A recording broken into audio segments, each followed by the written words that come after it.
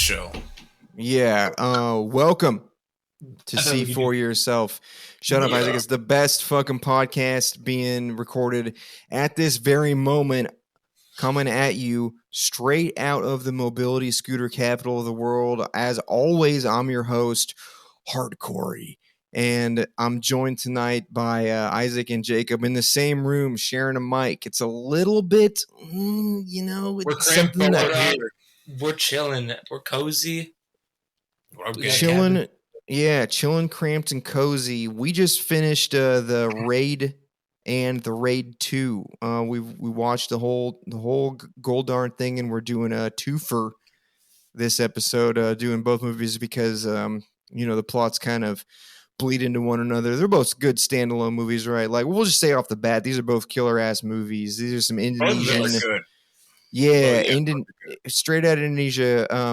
Badass martial arts action flicks. And this is a funny thing, though, like kicking off, me and Jake started watching the first one, and we didn't know anything about Indonesia because we're, do you guys know anything about Indonesia? Because it's not really a well-known country like, Japanese.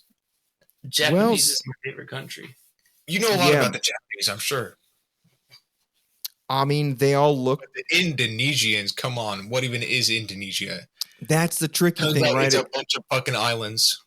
It is a whole bunch of them. It's quite a lot of landmass, and there's also a whole bunch of different ethnicities kind of blending together there. So it's a complicated place if you're trying to come up with racial stereotypes, because they're just like they're an actual melting pot.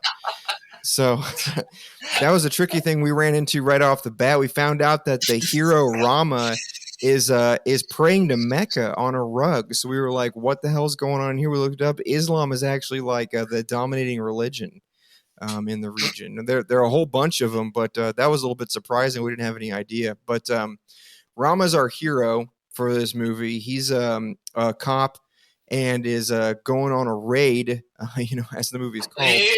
Yeah, the raid, if you will. I mean, it is the raid. It's the only one that takes place in the movie, so it makes sense that you single it out like that. But he's going to a drug dealer's hideout. This drug dealer basically owns this apartment skyscraper almost, who rents it out to criminals. And Rama and his buddies are on their way. They get warned that this boss has two right-hand men. One of them is a little bit unknown, but we do figure out that he's a little bit more important than just a thug. And then the other guy's called Mad Dog, and he's called that because he's got a red rocket that salutes the sun for fighting. He fucking loves fighting. It's a little bit ridiculous. We'll find out later on, though. That's just a little bit of sizzle. We do get introduced to the drug or the I don't know, this guy's like combination drug dealer, pimp, and landlord, right? And he's got a bunch of dudes. Oh. Yeah, it's pretty much Isaac, like in real life. Yeah. He does this kind of thing all the time. He's shooting guys through the back of the head while they're tied up. Every day. Yeah, and he's got he runs out of bullets and goes... No, he goes to his junk drawer to find some more bullets. And he's got bullets in there, but he opts for a hammer instead, and he puts the hammer claw through the back of this last dude's head. So, yeah. Yeah, you know what I'm thinking is just, why do you have a drawer that just has one hammer and 5 bullets? It's your killing stuff drawer. You don't got one of those? Yeah, but it doesn't take up 5% of the space in the drawer. It takes up 100%. You know what I'm saying? I'm efficient. This guy's isn't, is what I'm saying.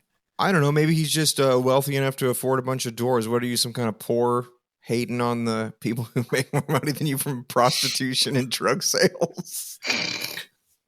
I don't know. Yeah. There's a badass soundtrack that we get introduced to here. It's like some John Carpenter crossed with Silent Hill synth shit with these really heavy beats sometimes. Really rules. It's really good shit. It goes on through the whole first movie. The soundtrack rules. It is sick. Yeah, it's not as good in the second movie. In the first movie, it really rips though. Second movie's, yeah. It's a lot more orchestral. Yeah, right. I don't think any of us pointed out any interesting tracks from the second movie, but in the first one, it goes You know what? stupid. What's ironic is one of the fight scenes in the second movie, the driving scene or one of the car scenes. I pointed out that there was no music. I was like, "Is there no music?" In a playing couple right now? fight scenes, there are no music, and it's just the sound of Just people getting beat up, Foley sounds like cars screeching, tires, blood, Yeah, guns. I think they went harder into the sound design in the second movie. So I during loved some it. of the I love it too. It's great the whole time. That's not a knock on the second movie by any means to say that its soundtrack wasn't as good. But it was No, very moody in the first one. There are a lot of scenes where there's no dialogue or really any kind of action happening. It's just it's a little bit more atmospheric. So it makes sense that they went a little bit harder with the soundtrack in this one. yeah. But anyway, they get to the entrance of this. They get to the entrance of this place. They're kind of like did the first stealth song have killing that really cool dudes. drum beat? Those really cool Yeah. drums? Yeah, that's right. Yeah, There's man. Fuck yeah. yeah, it was really That was badass. sick. It was like the drums. A lot of them were just like distorted square wave noises. Sounded badass. Yeah, really cool shit. So when they get to the entrance of the apartment building, they meet a guy named Jaka, and one of the cops is all rough with him. And then Rama, our hero, comes in and he says, "Man, leave him alone. Take it easy." And he talks to Jaka. And the guy is not actually a criminal. He's just living at this place because it's low rent, and he's got a wife, and he's trying to get her medication to her up on the 7th floor, right near the top. So Rama lets him go and says, like, be safe because we're going to raid this place. And they point out to everybody where his apartment is so he doesn't get accidentally wasted like a lot of people are. Not accidentally, it's incidental, but all the guys who get wasted are drug dealers. But that just kind of establishes. I get incidentally wasted. No, nothing incidental about it, dude. Rama, this kind of establishes him as a very lawful good cop. Like, he's absolutely not willing to be ruthless for the sake of efficiency or safety. Like, he's giving everybody a chance. So, and that pays off for him later for sure.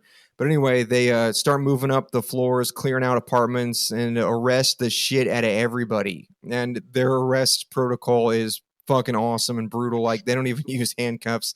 They got zip ties, just slamming a dude down, tying him up like a fucking hog, and then moving on.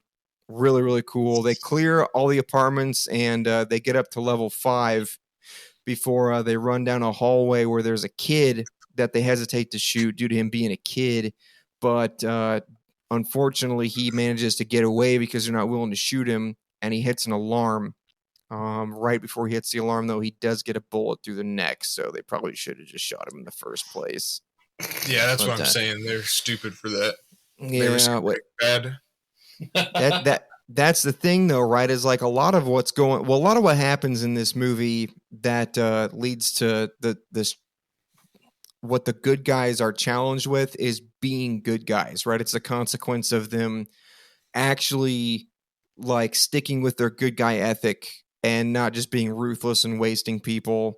Because it's the same kind of mindset that's like, it's, better to let 100 criminals go than arrest one innocent man, right?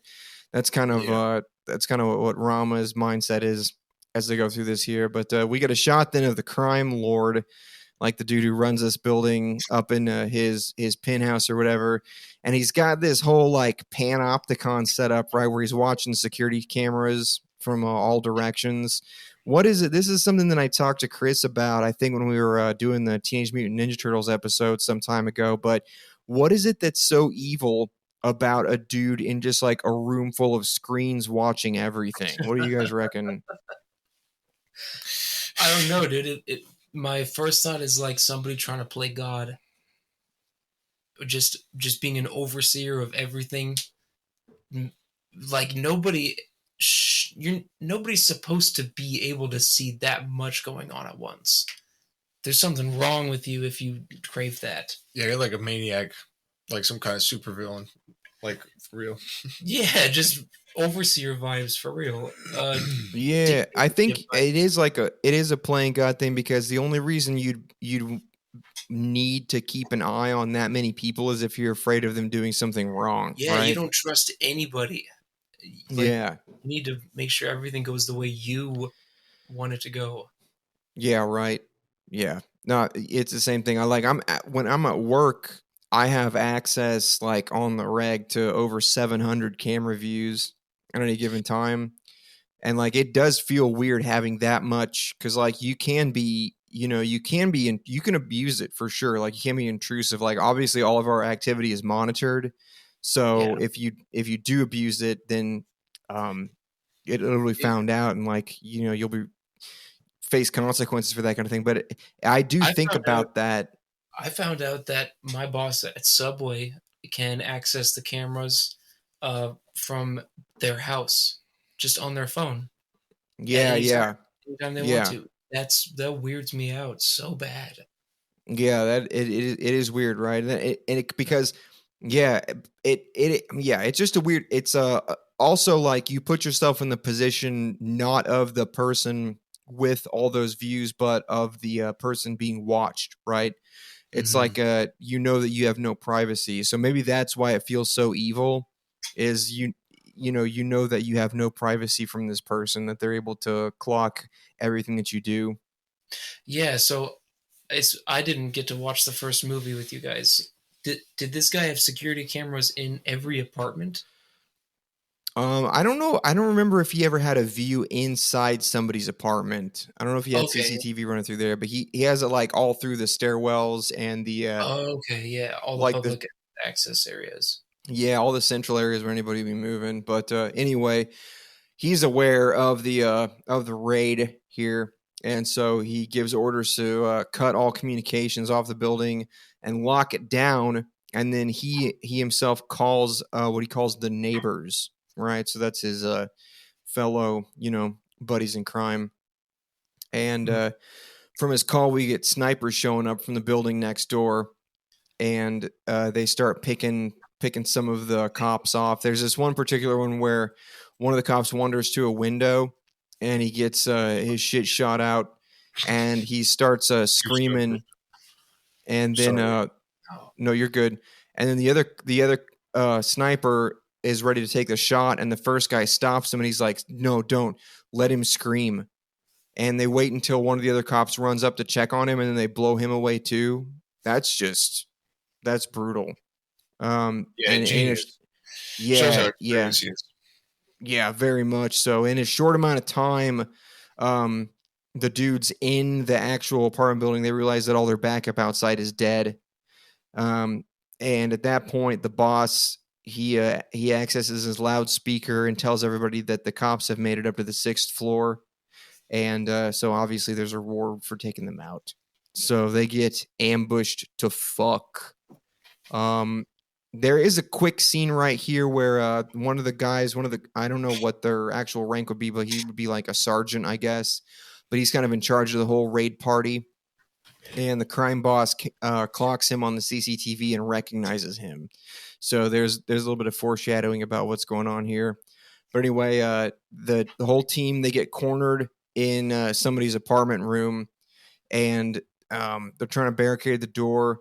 One of them finds a hollow spot in the floor and kicks it open. And Rama's buddy Jaka, he drops down into the floor beneath him, and there is an absolutely fucking crazy fight where he reaches under the kitchen sink and pulls a propane tank out, like for heating, and he shoves it in a fridge, and then he throws a grenade in the fridge and he pushes it up against the door that Oh, everybody's trying to get through, and he blows everybody away. fucking That was insane.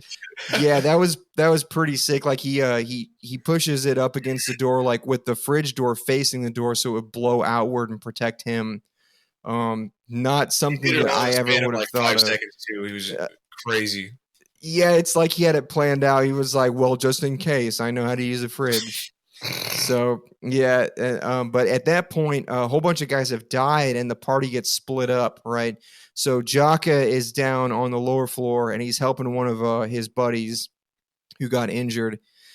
Meanwhile, the old gray-haired dude is with 3 others up top with Rama, and they get into a fight in the hallway, and it's like a beat 'em up with Rama just going ham on these dudes. His crowd control is off the chain. Like, this is the first time we really get to see one of the choreographed like hand-to-hand fights, right?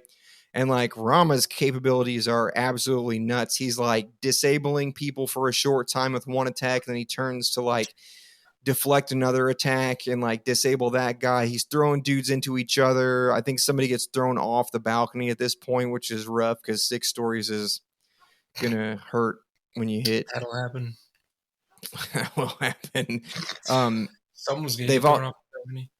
Yeah, of course, like it has to. I made a point here. So there's a lot of old school kung fu movie choreography going on here with like one bad guys coming at him one at a time, but it's not as egregious as like the cheesier of the old school movies, because it looks like everybody's attacking at once. It's not like have you guys seen Eat Man? Yeah. So like there's this thing, like you can see it real obviously in some movies like Eat Man, where there will be like 6 dudes around the hero and like they come at him one at a time. Right. Like almost, it looks really intentional the way they do it. It doesn't look like that here. It really looks like they're trying to kill these guys. Yeah. The fights in these movies, they don't hold back. It does they not look like choreography. It looks like they're really trying to get at each other. Yeah, it looks really ruthless. Jaka is fighting at this point too, and I put down that like his economy, like his attack economy, is super utilitarian. So he doesn't go for a lethal attack every single time. He just does whatever he has the opportunity to do to disable the other guy. It's really, really well done, and it shows a lot about. Yeah, he never does any lethal damage. There's hardly any blood in any scenes.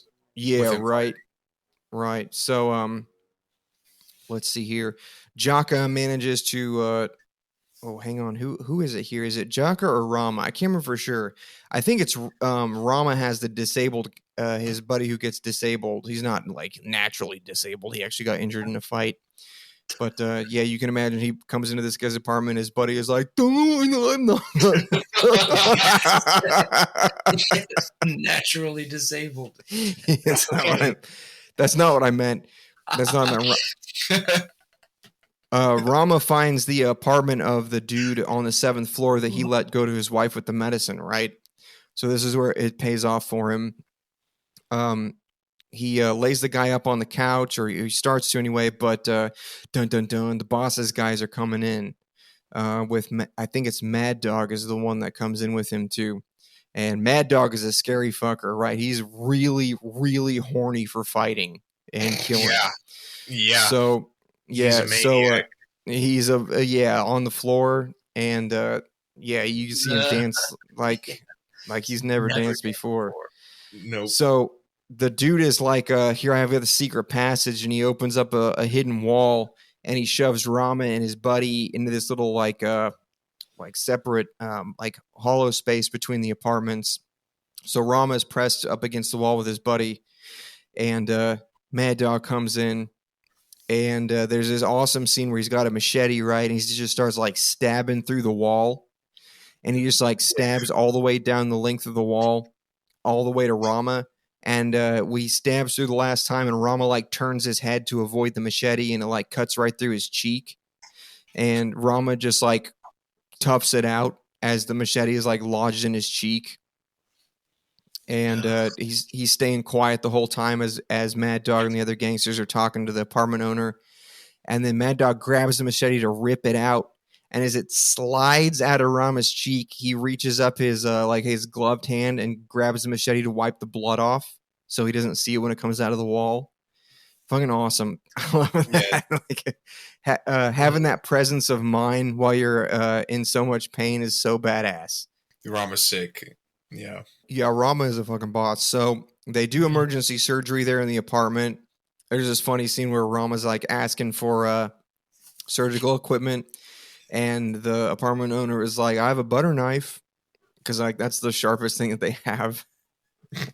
And Rama's like, I don't know if I could do that. And the wounded guy's like, please, for the love of fucking God, no, not a butter knife. Don't shove that in me.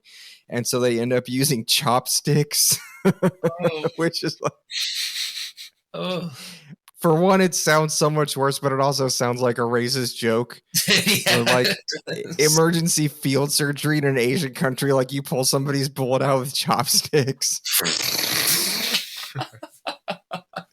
That's ridiculous, but it does sound fucked up. Yeah, right. So anyway, while that guy is laid up, Rama heads out to go get help because he understands that his outside backup team is annihilated and he has no communications. But he gets cornered by Mad Dog, who's doing the cool like villain thing of walking down the hallway, just like scraping his machete against the wall, like you do to let people know that you're coming. As you do. Yeah, right. There's a crazy fight with a couple of Mad Dogs dudes, and Rama has this one move that I had to put it down in the notes. He kicks a dude to the door and then grabs him by the neck and fucking power bombs him into the ground so that the broken wooden shards of the door frame go into his neck. Yeah, it's absolutely nuts. He fights the other dude in the apartment and headbutts the shit out of him, knocks him out of a window onto a fire escape. But out there he's vulnerable to gunfire, so he just jumps down and breaks into another apartment, and he kind of has like a little mid-movie existential thing here where he's thinking about his wife and his unborn baby because he left them at home to go do this. But in the meantime, the other crew with the old white-haired dude and a couple of other guys, they get jumped by the boss's other right-hand man, who we don't really know much about yet. But it gets a little bit nuts. I made a note where breaks a dude's neck, and the sound design is on point. Those are my words specifically. I'm glad we can hear it correctly. Yeah. Right. Very 10 out of 10 accurate neck-breaking sound effects. Yeah, so turns out that dude who was the right-hand man of the boss here, Rama runs into him, and it turns out it's his brother. His name's Andi. So there's a little bit of family tension here, right? And Rama and Andi discuss their different life paths, and Rama encourages him to be done with the whole thing. I wrote down this cool quote from Andi specifically. He says, "Just because you think what I do is wrong doesn't mean I'm not good at it." And so that kind of, yeah, right.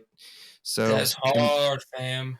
Yeah, man. How many times have you said that to a family member? Maybe twice. Super relatable. Yeah, totally. Give me something to eat. Dude. Let's go. Dude. Just keep it moving. Just give You me guys something are- to eat. What? I don't know if you guys being too stoned to do like lucid commentary is a detraction or a benefit to me, because I'm just plowing through this plot, not making jokes or anything. I'm just Nope. But yeah, I can't really tell. Well, You know, I think It is what it is. I mean, that's a fact. So leave a comment, like, and subscribe. Let us know if this sucks ass or if we're going to make up. So Andi does agree. You know, obviously he leaves Rama alone. He's not going to fight his brother.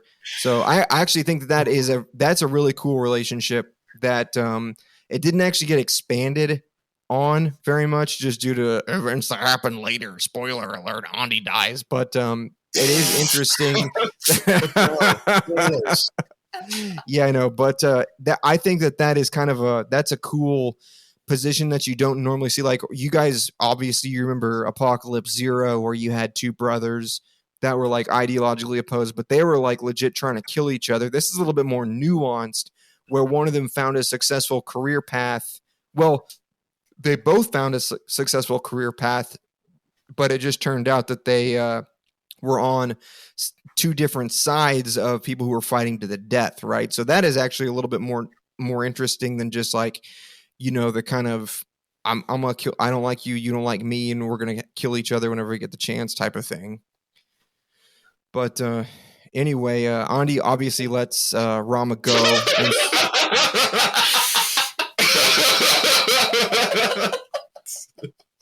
you guys are fucking killing. You guys are fucking killing the microphone. Are we peeking this shit? Oh, it's beyond peaking. Like, what's beyond the peak? It's aerial, dude. Wait, there's a gain in Riverside. I'm adjusting it right now. How does it sound? All right. Oh, that's a lot better. That's a lot better. Yes, bro. I was right there the whole time. Come on, man. Oh, Give no, me something to eat. Still sounds terrible when you peak, but it is what it we is. just won't yell. If you do laugh like that, get scoot away from the mic. I try to laugh out over here, but it's tough. It is tough, man. Life is a challenge, like every step of the way, right? But anyway, Andy lets Rama go, so he and Mad Dog go to meet with the boss. And turns out the boss was watching on his CCTV the whole time. He saw that Andy didn't kill his brother when he had the chance. And Andy is like, how do you know that? And the boss, I wrote down this quote, which is pretty cool. He says, never underestimate the persistence of paranoia. So, Whoa. yeah, that's my life motto, right? Just because you're paranoid doesn't mean they're not out to get you. Anyway, Rama, yeah. Rama, Isaac, you made a noise like that blew your mind. Maybe it did. You just understood everything. Yeah, that's freaky. Yeah, Isaac had that. He turned into that meme with the woman, like with her eyes darting around as all those math equations like float around. That's exactly how it felt. Yeah. It's gravy and horseradish sandwiches up in my brain. There's no math equations. We can move on. Gravy and horseradish? That doesn't sound too bad, especially if you put it between a couple of biscuits. I'm hungry, man. Say horseradish sandwiches, so think about it. Oh, so the horseradish is like instead of bread, you have like gravy and then horseradish on either side, and you eat that? Oh, no. But okay, we can do that. That's the special. Your total's going to be 19 at 42 at the second window. Dude, great game. 1942 series, one of my favorite shoot 'em ups. Check it out, especially 1942 3. That's a good one, man. That is World War II. It takes place in the Pacific Theater, man. You're flying over the sea a lot, and you fight a battleship, which is a really cool one. Dope. Do you win? It depends. I'm asking the real questions. There are circumstances that, outside of the game itself that come into effect when you get into a boss fight. Shirley, okay. Think about it. Don't call me Shirley. Fucking did that really make you laugh, you fucking idiot? So stupid, dude. So stupid. Just the seriousness of "Don't call me Shirley" just gets me, dude. Have you never seen Airplane? Yeah, of course I have. Yeah. Look, the idea of being funny is that you watch funny stuff so much that it doesn't affect you anymore, and you just internalize all the quotes and you just throw them out there without reacting. So yeah, give me something to eat. I'm stoned. Spumoni. Rama makes it into the drug production lab because, of course, they have one of those here. It looks like they got cocaine all over the place. And let's see what my notes Indonesian here. Warehouse. Say what? Typical Indonesians. You know what I'm saying? Drugs. I don't know, but since we don't know anything about Indonesians, we might as well make stuff up about them. So they all do cocaine, right?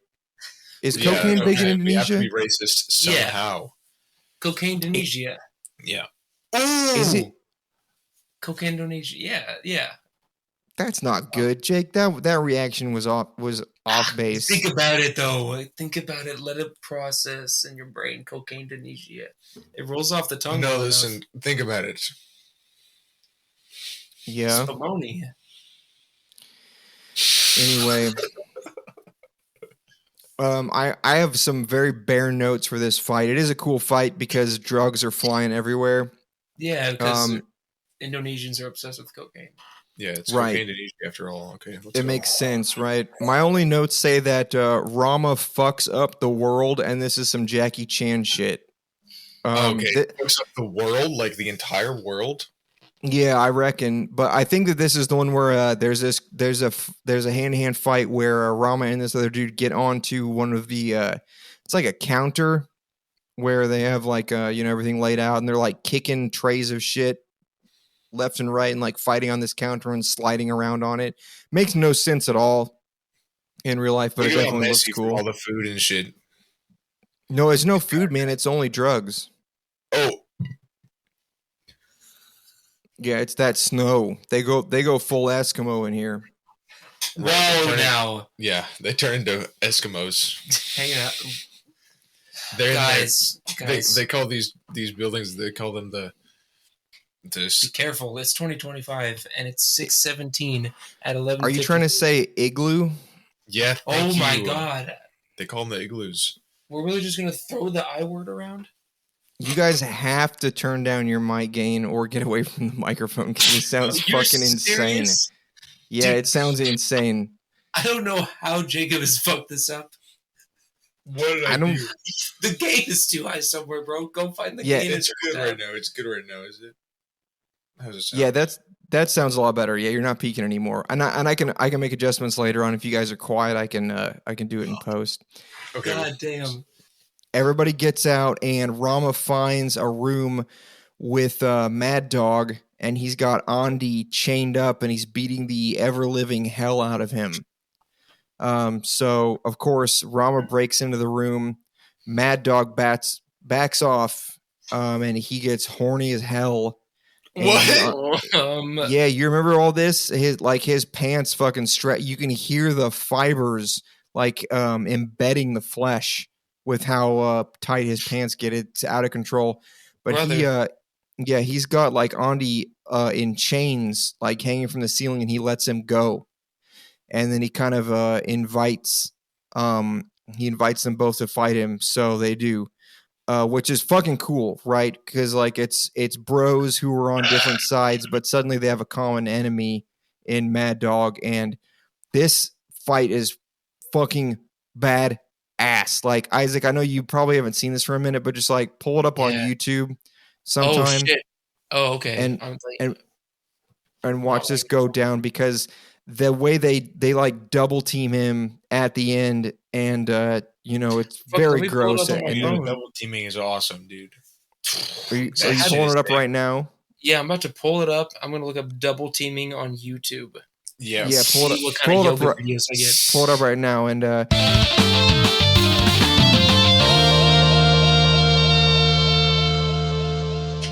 yeah, man, this fucking choreography is out of this world. Fucking wicked. Like, it's so fucking satisfying. Did you just say wicked? It's pretty freaking wicked, man. What the fuck are you from? Are you a lobster fisherman? What? Let the man use his words. I wish I was a lobster fisherman. I think that'd be really fucking cool. Yeah, that would be a good job. Have you guys ever thought about taking an offshore job, like at an oil rig or as a fisherman or anything like that? I've thought about it. I think I would miss the land too much. You'd miss the land, but you're only gone for like 8 months, and you make a fuckload 8 months of without money. the land? Imagine 8 months in space, bro. I do. I think about it. I imagine it. You get a shitload of money for it, though, and you don't have to learn anything, really. They teach you everything there, and then you come back with all that money, and like... I would fucking do it. I wouldn't do it for free. That sounds like a prison. It's like it's a job. Yeah, okay. No, I'd do it for money. Yeah. It would be like slave labor if you did it for free. Right. Well, that's what they do in Alcatraz. They just send people to an island and they can't escape. Well, that's a prison, dude. Well, it doesn't even matter if they escape the prison. They can't swim. You can't. Because they're all...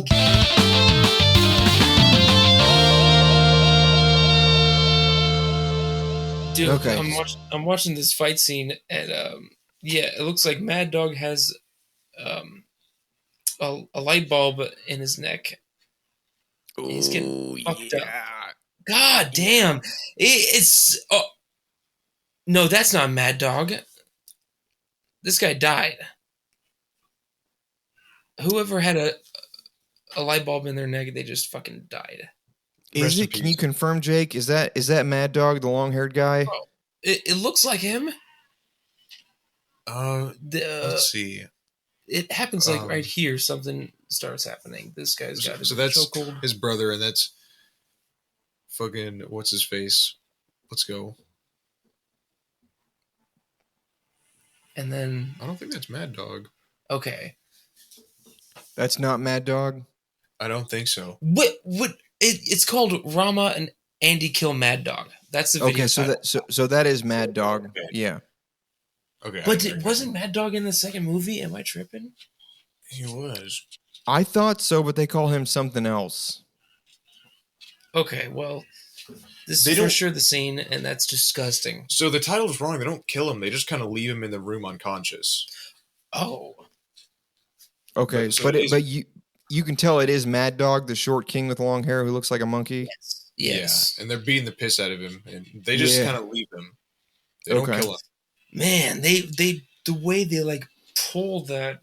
Yeah, fucking right here. Disgusting. Oh god, dude, that's so brutal.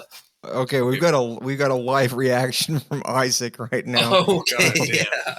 Watching the way that they beat the fuck out of Mad Dog. Yeah, they get him good. He does a good job, right? But obviously Andy is tough, and Rama is the whole.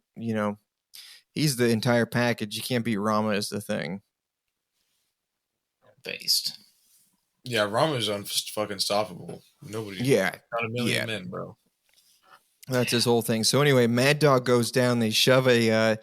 What happens is they break a fluorescent light and then shove the tube into his neck. Yeah. There's like a half of a fluorescent light on the floor, and they just shove it into his neck, and then they keep fighting him. And eventually, I don't know who it is. I think Andy gets Mad Dog like down, and then Rama grabs the light and pulls it like a lever. Yeah, like he's pulling down a lever and slices his throat with the light, and he's just twitching. And dude, that looks shit. Real. It's fucking disgusting. No, it rules. Yeah. A dual tech fatality. Good shit. So Ron was able to rescue his brother Andy, right? At this point, the old guy, and there's the last remaining cop besides Rama, his name is Dagu. They get to the mob boss, right? And the old guy says, "Go ahead and cuff him." And so Dagu goes to cuff him, and then the old dude just shoots him in the head. And he tells the mob boss, "Hurry up and get the hell out of here." Andy and Rama are running up the staircase, and they meet them, and the old guy starts shooting at them, holding the other dude as a hostage. So clearly they're in cahoots, right? The old guy is pissed, the mob boss, he's pissed off that he's being used as a human shield. And he tells the old man and everybody else, like, come on, you know what this whole thing is. The whole squad was set up by the brass because he pays them, because he controls everything. He pays everybody. The big man in charge, the big man in the chair. Let's go. Well, so yeah, that's the thing. So it ends up with the old cop realizing what he's doing and shooting the mob boss through the head. But Rama knows now that this whole thing was set up by people in the police department to eliminate cops who were willing to investigate this criminal enterprise. And that's where the movie ends. Rama gets out with Andy, and he invites Andy to go with him and escape this life. And Andy tells him no because he's good at what he's doing. And so they part ways, and the gate closes between them. And that's the end of the movie. Really cool ending. Really cool ending. Some good fights in that one. Beautiful brothership. Yeah, definitely. So in the beginning of the second movie, we see Andy getting shot through the fucking head. Womp womp. Rough Spoilers stuff, man. Dude. Rough stuff. There's a dude I haven't watched who the first half of the second movie. Well, you missed out on Andy getting killed, but now you know. There's a guy in a some kind of cool, like stylish zip-up black jacket. He's wearing all black, and he kills the shit out of his ass. And then, yeah, he does. And then Rama, he meets up with some guys. They're having a toast. Turns out these guys, they belong to an organization that specifically targets and kills corrupt cops and everyone related to them. So Rama is told that there's a Yakuza group. Huh? Everyone related to them, like their families? The cops' families and shit? Nah, in terms of dealings. Oh, okay. Yeah, and if a wife or sister happens to get involved, then it's just tough shit, because it's Indonesia. They don't care about women. That's common in drug trade. That too. Yeah. It will happen. Right, Spumoni. So Rama finds out that there's a group of Yakuza from Japan, and they're behind the bribes. So they're the ones that are actually... They are trying to get a foothold in their criminal dealings in Indonesia by paying off cops to allow Indonesian crime lords to get products and who knows, maybe whores from them. So I don't know. What do you guys reckon a Japanese prostitute would go for in Indonesia? Do you think, like, is there a demand for that kind of thing? What currency are we using? Yeah, is it USD or poo poo pee pee?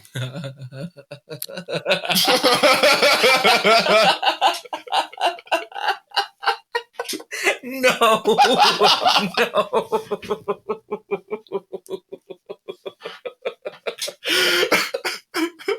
I'm not going to delete that, dude. You can just sync.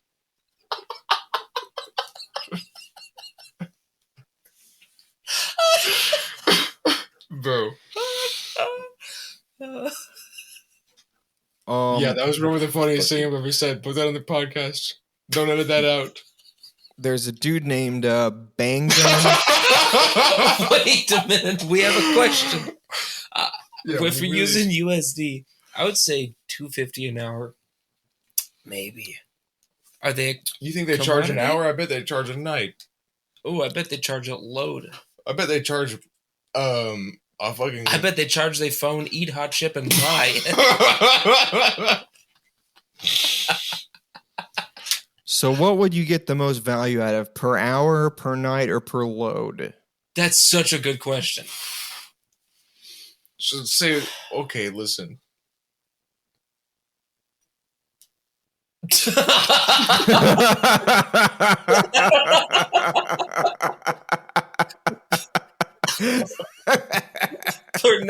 Per night, easily, right? Right, per night is so many loads. You could do so many loads in one night. Dude, you know how many loads you could pump out in one night? In an hour? It depends on your loads per night ratio, right? But like as you say though, you could, if you're, you got a 6-shooter down there, then it might be better. It might be better to divide it loads per hour. Yeah, you could have. It's like miles per hour, loads tails per hour. 0 to 60.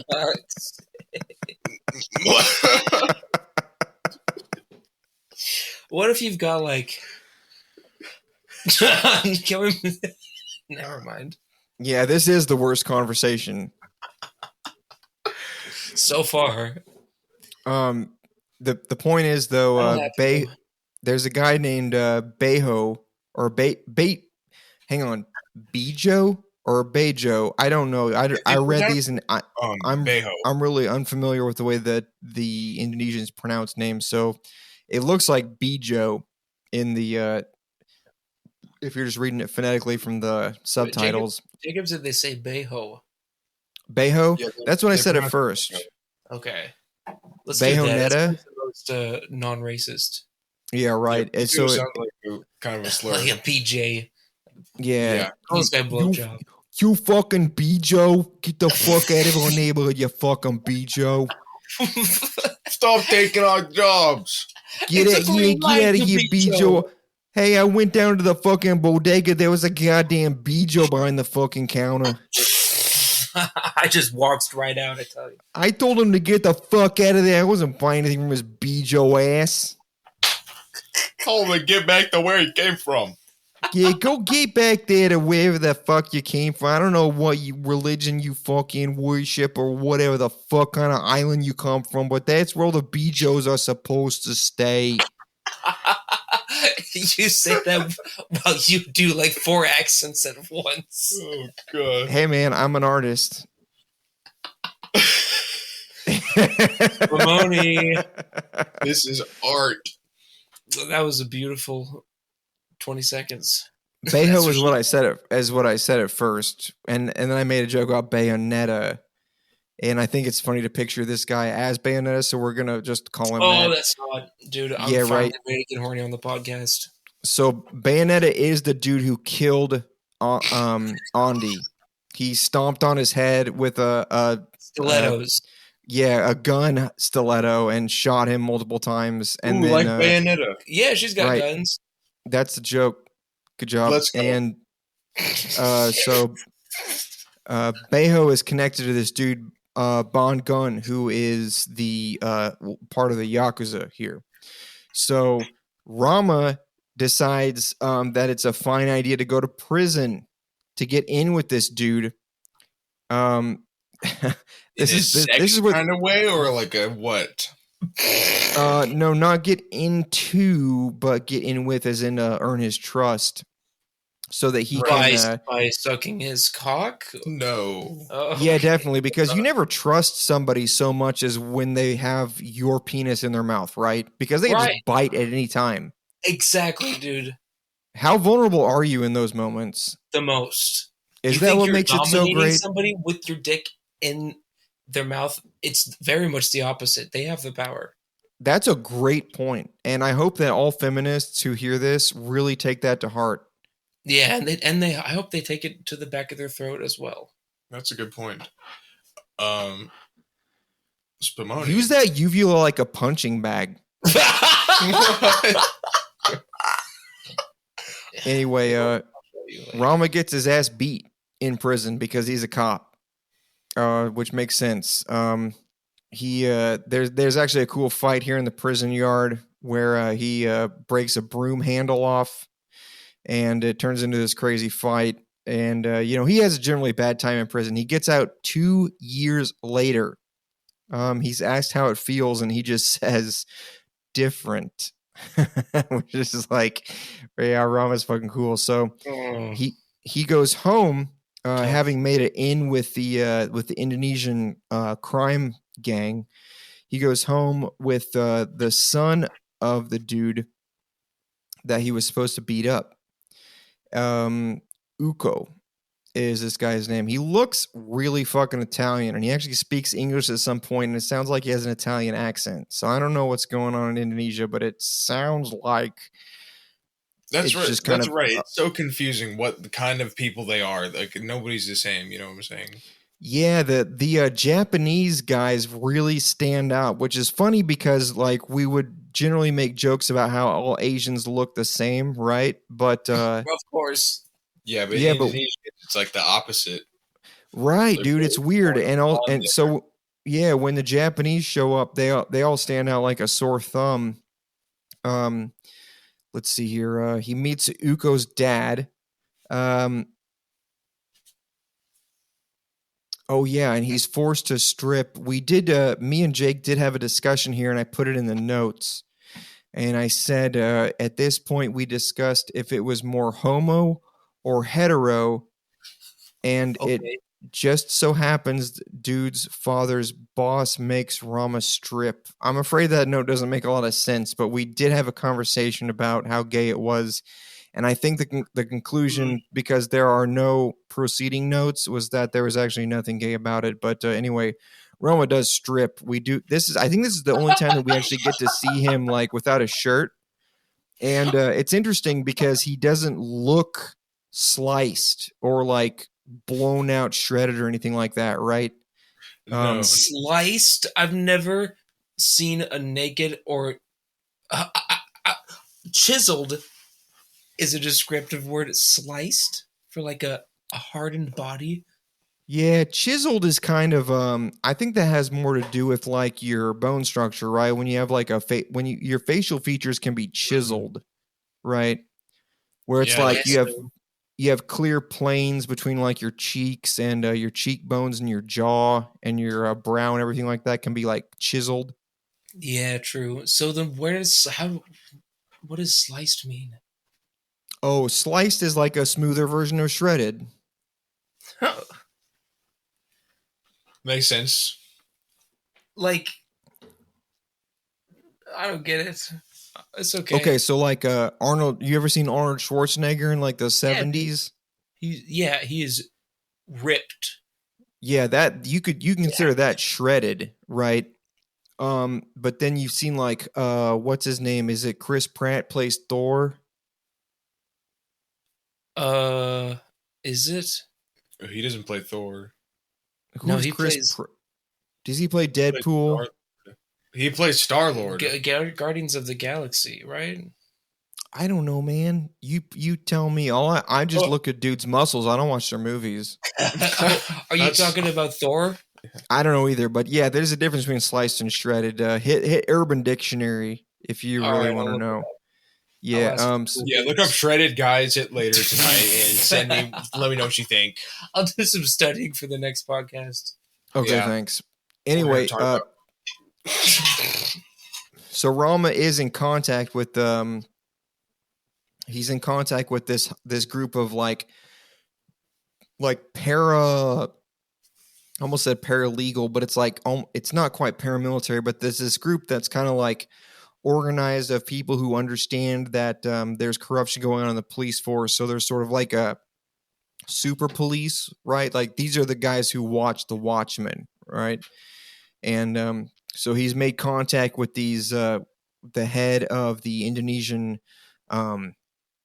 crime ring, and he's going to take them out. So in the meanwhile, Uko, he's the son of the head of the gang here. He explains his position, that the people that they're protecting aren't paying them enough. So there's an issue right here where they are dealing, like they don't have the money to deal out to the Yakuza. The Yakuza have pretty much taken over the people who they used to protect and would pay them back. So there's a Indonesia versus Japan crime struggle going on right here. In the meanwhile, I didn't make very good notes at this point. I just said Rama's at a karaoke bar with some chicks with Let's Uko, fucking and go. He's a yeah, and player. it goes What can he say? bad. Oh yeah, Uko throws a huge bitch fit during this period. I don't remember if he bitch beats fit? any. Yeah, I love don't think he bitch fit, beats dude. any of the women, but he does throw a big fit and forces somebody to sing. It's a whole dramatic thing. We get a glimpse here of Mad Dog 2020. Uko was slamming it in the karaoke bar. I'm just kidding. It's actually Mad Dude, Dog. that's what I've been thinking every single time we talk about Mad Dog. Like, every time. Yeah, so apparently the thing that I want everybody to take away from this podcast first and foremost is that a tube of fluorescent lighting through your neck doesn't necessarily kill you. So don't try it at home, but just in case it does happen, don't give up. Somebody might get you out of there. Don't give up. You'll be all right. Yeah, so my notes are rough at this point, but Uko he hooks up with a higher level of mafioso, a guy who apparently works with international relations. I'm not totally sure what happens at this point. but he meets up and determines that if the Japanese Yakuza were out of Indonesia, then they would be able to get pretty much all their money back because they're the ones who kind of like insinuated themselves and are starting to take their business. That's the long and short of it. At that point, they decide that Mad Dog needs taken out. So Uko meets up with him at a club, which, by the way, I have been doing a counter for club scenes. I think that the last one we had, let's see, we had RoboCop was the first club scene in the series, and we're going to run into them a lot. But surprisingly, there wasn't one in Red Line. There was a restaurant scene, but I don't think we've had many other club fight scenes. But there's definitely a solid one here where Uko sets up Mad Dog to get killed, and he does. But he puts up a fight because, as we said before, he is horny for fighting. And he does all kinds of crazy shit during this fight, including just absolutely perforating a dude with a broken bottle. Because, it's a club. There's going to be bottles of alcohol and plenty of breakable stuff. He tosses around stools like they're there's a lot of glass in the neck action in this movie. Yeah, that's true. Yeah, lots of just generally hard things that aren't supposed to be there go into the neck. That's it's very brutal. Yeah, it's that's a lot of face grinding against like concrete and floors. Just and griddles. And griddles, yeah. A grill, yes. There's lots of hard things in the neck and face grinding. Reminds me of a typical Friday night, right? Mad Dog eventually gets owned. He escapes out the club and he goes back into an alley where Uko comes out to watch him die. And there's that dude again. You remember this guy who killed off Andy at the beginning, and he busts out some knives and just cuts the shit out of Uko, and he bleeds out in the snow in an alley or not Uko, I'm sorry, he kills off Mad Dog. Yeah. Just slices him up. And it's weird because Mad Dog was like, you have to grant that he was cool in the first movie, even though he was like obviously working for the bad guy. It was most clear that he was like a blood knight. He was just horny for fighting, and he got the shit out of him, and he survived though. And then he gets set up like this and killed off, and you do feel bad. You do feel bad. That is a power that this movie has, because it's not it's not overblown with the emotional conveyance in every scene, but it's just it's kind of weirdly detached. But it's very clearly there. It's just not like forced, but if you see it and feel it, you can't help it. It's exactly yeah, visceral and not flowery or anything like that. It's just like it's not romanticized. Right, not romanticized, but still in a way it conveys that it conveys the feelings of everybody very well, and I will give a shout out to these actors. You know. Oh my god! It's a thing that's underrated, honestly, in like martial arts and revenge movies from the Far East here, where the actors honestly do a lot of heavy lifting with everything from the voice acting to their expressions. Body language is obviously a huge thing in an action movie like this, where you have highly choreographed fight scenes and those kind of things. Honestly, acting is way beyond what we're used to with Hollywood slop, right? Way beyond. Yeah, it's 100%. Their faces and the movement, man. Just there's not like stunt doubles either, I'm pretty sure. Oh, hell no. No. Did you guys notice? We watched that scene twice, actually, but later on when Rama fights that dude in the kitchen and he gets his head slammed up against the cooler and his eyes roll back in his head. Yeah. Dude, the fact that he got hit like that and made that expression. Yeah. Dude, that's just one of those things. Is like, so much attention to detail and so much dedication to conveying what's happening. So yeah, I don't know. This is one of the first scenes that was actually like real intensely emotional, even though it was not overblown or anything. It was shown from like a really detached perspective. Like, yeah, this is just how a gangster dies in an alley, getting cut up and bleeding out alone. So It kind of good looked stuff. like just like a stray dog dying, kind of literally a mad dog. Exactly. Yeah, just an very much animal. so. Put down like an animal, right? Yeah, you do feel bad, but there's not like not much more to it other than just feeling bad for a living thing going right. out. The whole cinematography kind of suggests like this is how it goes, but the expressions on everybody's faces shows you that everything that's actually going through their head at that moment. It is Yeah, good. It's really good. it's really good. Really good. And that's a This is where badass I came fight in. too. This is where we started the movie again, right? Yes. Yeah. You jumped in during this fight Yes, scene at this the is like club. the first scene that I saw. Yeah. So after that, Rama meets up with Uko and Uko's dad. There's an argument where Uko is basically all about going to war with the Yakuza, and the dad is trying to tell them that it's in their best interest just to lay low and accept that there's going to be Yakuza encroachment in their territory, and it's best to be cooperative. But Uko's all mad about it because one of his buddies was killed by some folks in the Yakuza. And That's the Rama scariest does thing. his The Yakuza is so powerful. very much so. Yeah, I mean they're expanding into another country. Like that's how much power they have. Rama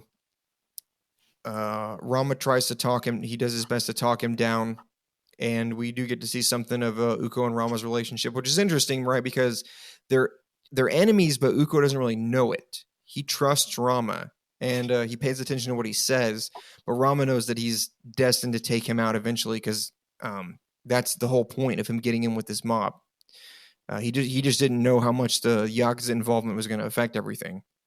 Then right after this, we get introduced to a couple of the Indonesian gangs. There's a guy who runs all this. His name is Reza, and the guy who runs all the Yakuza's name is Goto. So these are two of Reza's dudes.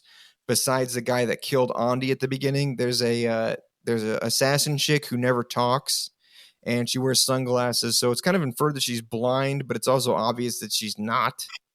We find out later on.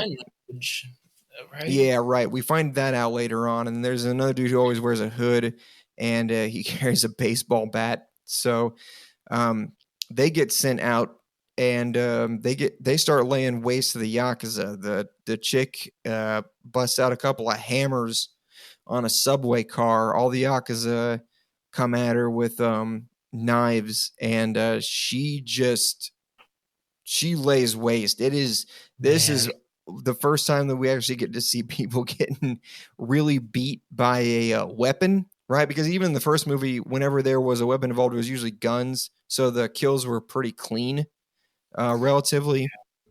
But there's nothing clean about these hammer movements, dude. I winced so many times. She's so fast and rough with them, switching back and forth between the head and the fork.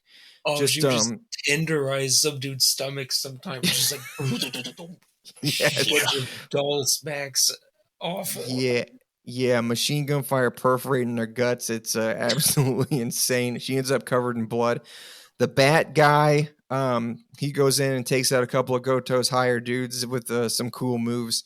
He actually busts a baseball bat out of his, or a baseball itself out of his hoodie, and knocks it across a big long hallway and takes a couple guys out like that, which is pretty sick. Yeah, isn't that the coolest fucking thing? It really have a weapon that's a baseball bat. Before you get the ammo, and they're just fucking baseballs, dude. That's so killer. You guys swing them so damn hard to just kill somebody. Yeah, break somebody's face or like break somebody's spine. Because it's like such an inconvenient ranged weapon. But just like the idea that he's super accurate with it and can hit it ridiculously hard. Yeah, it's pretty cool. Fucking awesome. Meanwhile, Rama is trying to go about his business. He hails a cab and then he gets attacked by a whole bunch of dudes at the same time. It's kind of crazy. They're like busting through the cab windows. They kill the cab driver and they're trying to stab at him. He lunges into the front seat and just mashes the gas. And the cab takes off and Yeah, a bunch of crashes. guys just trying to stab through the window. Yeah, that seems so fucking weird. Nobody could stab him. He missed all the knife, or he dodged all the knife hits. It was so funny. It's like 10 knives coming in the car. Yeah. Rama's AC is insane. So he mashes the gas, crashes the cab, kills one of the dudes hanging out the window, and then he runs into a restaurant, right? And there's this crazy fight scene in this restaurant where, once again, we see Rama like in his good cop mode. He's just like breaking elbows and knees and everything. There's this one part though where somebody comes at him and he gets the dude in an arm lock and then shoves his face down onto a grill. And he's like sliding the dude's face back and forth on this grill. Cooks him. Yeah, he holds him on there for like 10 seconds at least. It's a long time. The dude screams a lot. Yeah. A lot of screaming. And then you see him in like his face and like his eye and ear are like melted off. But Rama cops his tag. He's wearing a tag around his neck that identifies him as a cop. So that's a big deal. In the meantime, Uko. Yeah, Rama gets mad depressed after that. I think that he's a little bit bothered by it because, Rama is a good guy. Like he doesn't want to do these kind of things to people. So yeah, obviously he's bothered.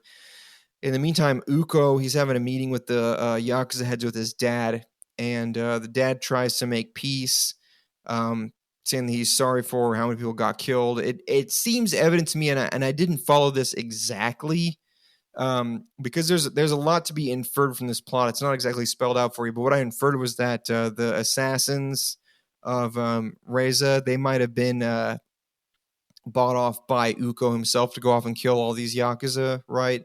Because the dad wouldn't really have any business doing that kind of thing. And so the dad's kind of making apologies for how many people got killed by Hammer Girl and Bat Dude. Hammer Girl and Bat Dude. Yeah. Yeah. And but Uko is not having it. He doesn't enjoy the whole meeting. He thinks that it's still bullshit that they're trying to mediate. He just wants full on killing everybody who he sees as invading their territory and taking money from their family. There's a scene after that where Rama, he did get sliced up in that fight. He didn't dodge all the knives. He's got his shoulder or like his upper arm slashed open.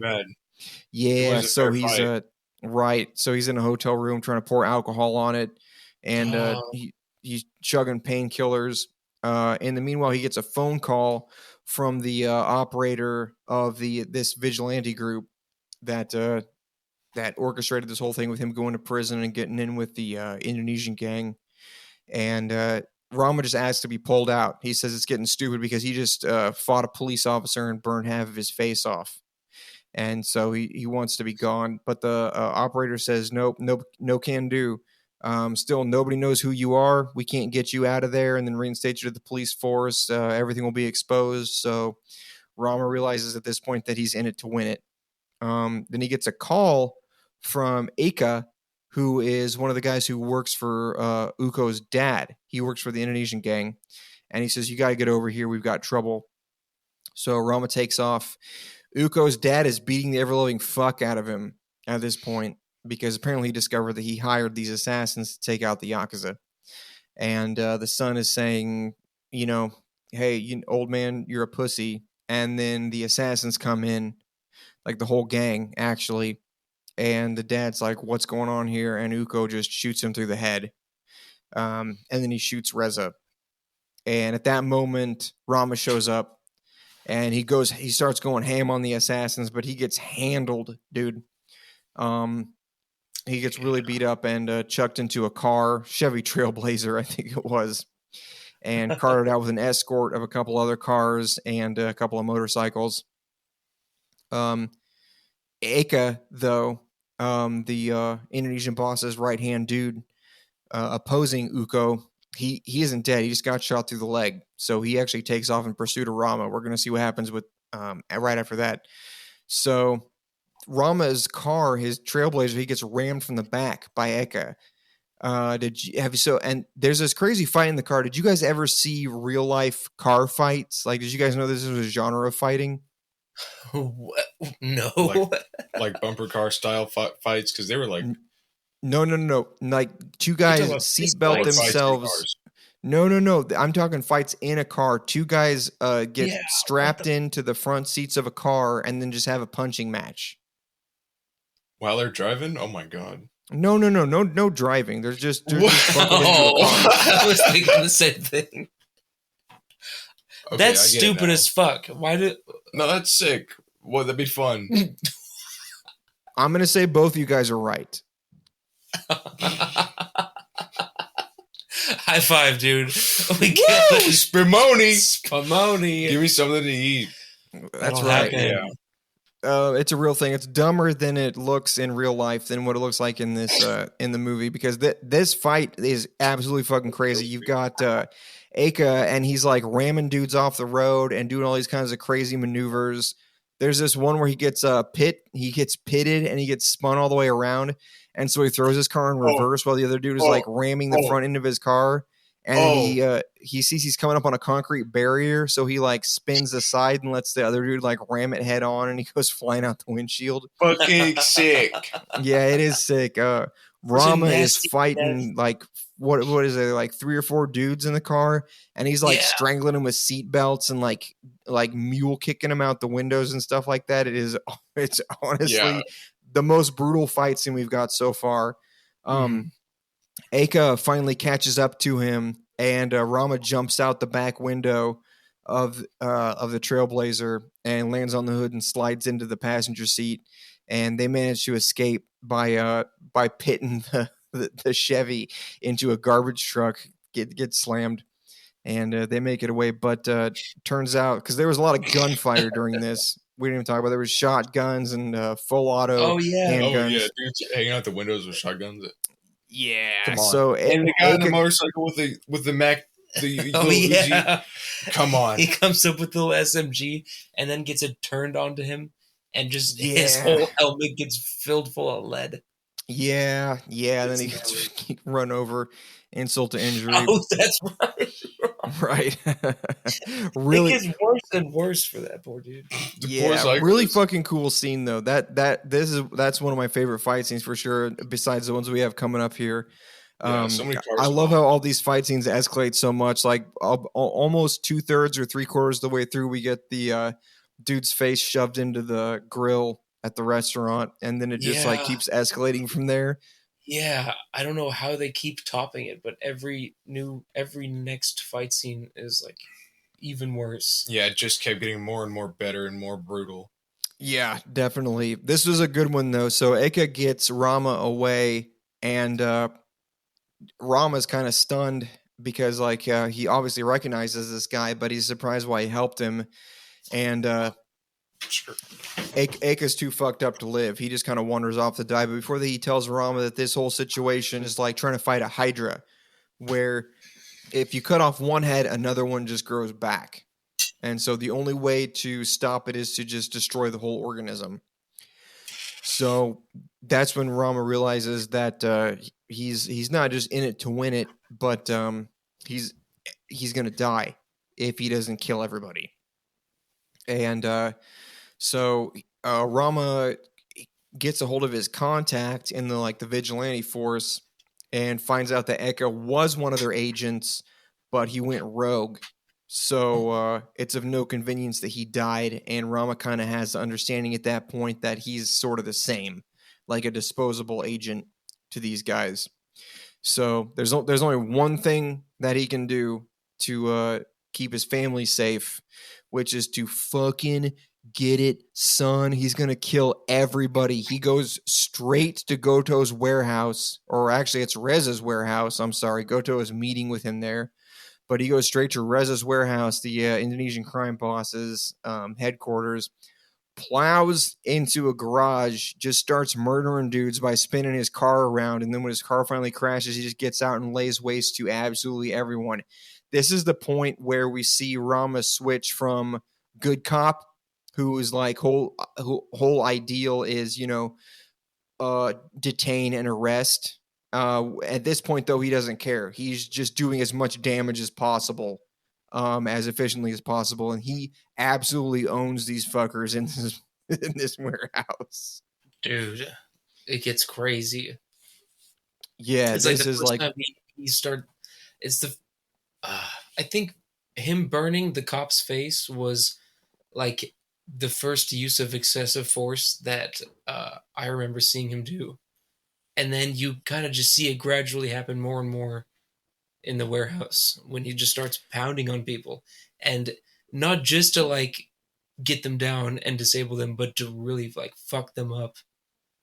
Yeah, because he's not holding back anymore at this point. We kind of realize that he had been holding back this whole time. Even, I mean, we see it in its, we see it at its utmost, extreme end of the pole, at the beginning of the raid one when he pulls that guy off of the resident who was just trying to get medicine to his wife. He's like, hey, chill out. Not everybody is a drug dealer here. We have to give everybody a fair chance, right? And then that whole thing happened with them not shooting that kid who sounds the alarm, which sets off the whole like ambush sequence where all of his buddies die. So we've seen things happen to him that led him up to this point. And when he finally comes to the realization that it is literally do or die, like he's not going to get out of this through negotiation or just doing a good job for the people that employ him, then the only thing that makes sense is just everybody who's causing problems needs to die. That's where he's at now, and he turns into an absolute monster. I'm talking the warehouse fight is brutal, but it gets a lot worse. I did have a note here. There's one specific scene where he fully like Marvel vs. Capcom style combos this dude and finishes him off with a kick that sends him flying into the bottom edge of like a metal rail that goes up a staircase. And just that idea of like getting like shoved into, look, here's a story I have. When I was like 12 years old, I went with dad to Florida, and I met up with somebody that was going to take us to a restaurant. And like I'm walking through the streets of Florida in like this fancy place. I don't even remember where it was for sure, if it was Tallahassee or Orlando or whatever. I was like 12 years old, but I'm like walking kind of just like marveling at the big buildings and stuff because I hadn't been there. I was born in Florida, but I hadn't been there since then. So I'm just like taking in this whole new state, looking up and around stuff. There was a fucking bench in the middle of the sidewalk that I didn't see at all. And I walked straight into it nuts first and just like bonked it so hard my body folded over, like my stomach and chest hit like the top of the bench. And I had my hands in my pockets and everything, so there was no protecting myself whatsoever. And I just I was just like, oh fuck, and I just like backed up and kept walking and didn't say anything, but it hurt so bad. And it's just like running into a long chunk of metal that you're not prepared for hurts so much. So imagine getting kicked into like the sharp edge of a stair rail back first. Just like, man, relatable shit. Highly relatable. That's gotta hurt. Come on, that's gotta sting. That'll happen though. That'll hurt. Yeah. In the meanwhile, Uko is up at the near the top floor of this building. He's having dinner with Goto and Reza, right? As they're making deals. Like Reza is the guy who kind of is even above where his dad was as a boss. So now that Reza's taken over the family, or I'm sorry, now that Uko is taking over the family, he's meeting with Reza. And Goto is a Japanese guy who's in charge of the Yakuza trying to take over all this stuff. So the three of them are kind of having a meeting at this restaurant. And Uko's in the bathroom, and he's kind of having a breakdown, staring at himself in the mirror and sweating and stuff. Maybe he's passing a kidney stone. Who knows? But he gets the towel dude to give him some towels, and he starts freaking out on him. And then he pulls out a tip because, he feels bad. And when he's digging in his wallet, he finds a fucking wiretap. And so he's like, God damn, these guys don't even trust me. Nobody can be trusted. And he kind of that it's interesting because it kind of parallels Rama's journey right here, where Uko has been, he's kind of started off from a different place from Rama, but he's still trying to work the negotiation angle. But it's at this point where he kind of realizes the same thing, where like nobody can be trusted. Everybody just needs to die in order for Basically. definitely. Except that like for real. Well, yeah, but Uko's got different motivations, right? He just wants to be the mob boss on top of everything for money, whereas Rama has a wife and a baby at home. So, yeah, of course, family man. Yeah, baby Rama drama. Baby Rama. Yeah. Baby mama drama. Baby Rama drama is what this series should have been called. That's really good. Anyway, so he has an issue when he comes back to the table. Goto, he looks blind. He's not. He's just wearing sunglasses, but he is carrying a cane and he drops it. And when he reaches down to get it, Uko clocks that he's got a tattoo on his wrist that matches up with the tattoo of the dude who murdered his buddy when the Yakuza rolled into town at first. So he realizes this guy's responsible for his homeboy getting killed. So it's on. His facial expression during this scene is really intense. He once again give it up for the acting in this movie because it's really, really good. Like just 100%. Hats off. Excellent work from everybody involved in this fuck ass movie. I didn't expect applause, but thank you guys. Rama He said, "Give it up, dude. You want me to pull my ass out or something? I'm just gonna clap." Yeah, pull it out. What do you think? Slap it down on the table.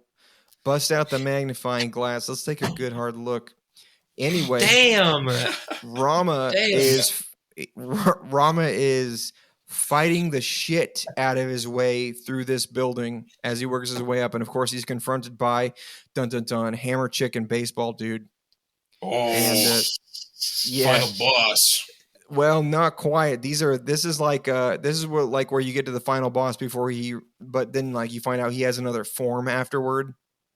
Yeah. So Rama gets fucked up during this fight. Like he eats a couple of hammers, he gets bonked by the baseball bat a handful of times.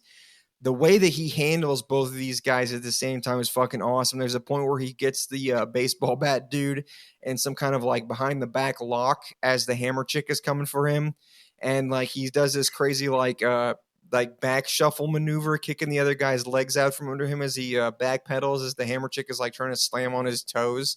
Just like there's so much detail in this choreography, it's insane. Then she stands up and she starts swinging side to side, and he's like moving. Awesome. He's like controlling the other dude's arms to move the bat around to deflect the hammers.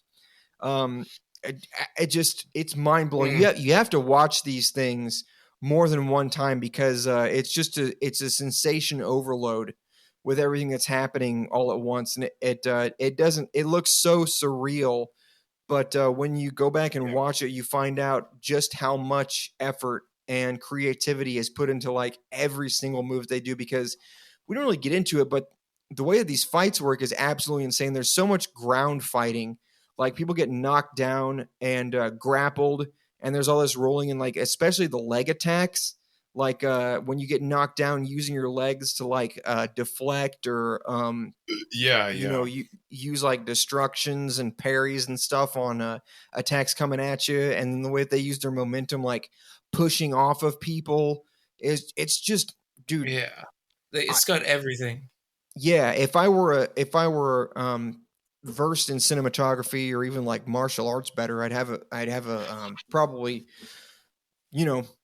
more I'd be able to explain what's going on better. But just even if you don't, like literally every one of these fights, go back and watch it at least one more time, because you don't really get a full appreciation with just one viewing. You're overwhelmed by the intensity, but going back and watching it more than one time, it's really fun. Truly reveals fun. Oh dude, just so good. Anyway, he eventually gets the baseball bat dude down and gets the Hammer Chick in back control, shoves a fucking claw into her neck and rips that shit open. So down she goes. Oh yeah, her Like a sunglasses full- do like get a knocked nail off during this full of- fight, and we find out that she only has one eye. Like it's pretty obvious she's not totally blind, but it looks like she Oh, got. that's right. Dude, I thought I couldn't figure out what I was looking at there, but yeah, it for a brief moment you see that she's got a butthole for an eyeball. Yeah, it It's looks like pretty a hard. burn. Yeah, it looks like a burn Just another injury. hole, man. No, That'll happen. Give me something to fuck. Spermony. No, for real though. One eye and man, two hammers. no, man. All right. I was about to say we're gonna cut all that out, but that was funny. I don't ever want you to say that again.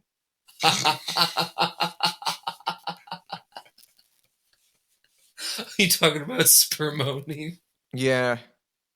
Spermony. Oh shit! No, that stays in. So anyway, he goes to town on the baseball bat guy. He still gets bonked a couple times, but he ends up with this crazy disarm and it's almost how to describe this. It's almost like an arm bar, but he gets the dude around the arm, kicks him in the face, knocks him against the wall, disarms his baseball bat.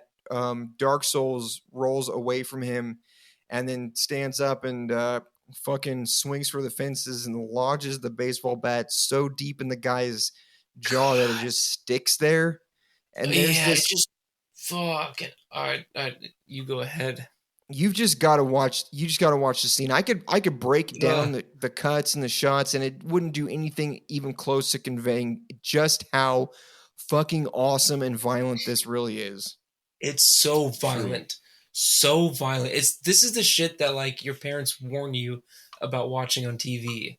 Like this is the violence that parents don't want their kids to watch. This shit is not for the faint of heart. No, this is the kind cool of shit that Dylan Roof and what's his ass Eric Klebold saw before, you know. Ooh, bro. What? Nothing. It's all good. Rama kills the shit. Boomer alert. Boop, boop. Yeah. Right. Rama kills the shit out of those guys, and he moves into the next room, which is a kitchen. So first of all, give me something to eat. That's right. Guess what? Rama gets something to eat. There's a really funny scene where murderer dude, guy who killed Andy, and I don't remember if Rama knows that this guy killed Andy. I think it might actually be cooler if he doesn't, you know?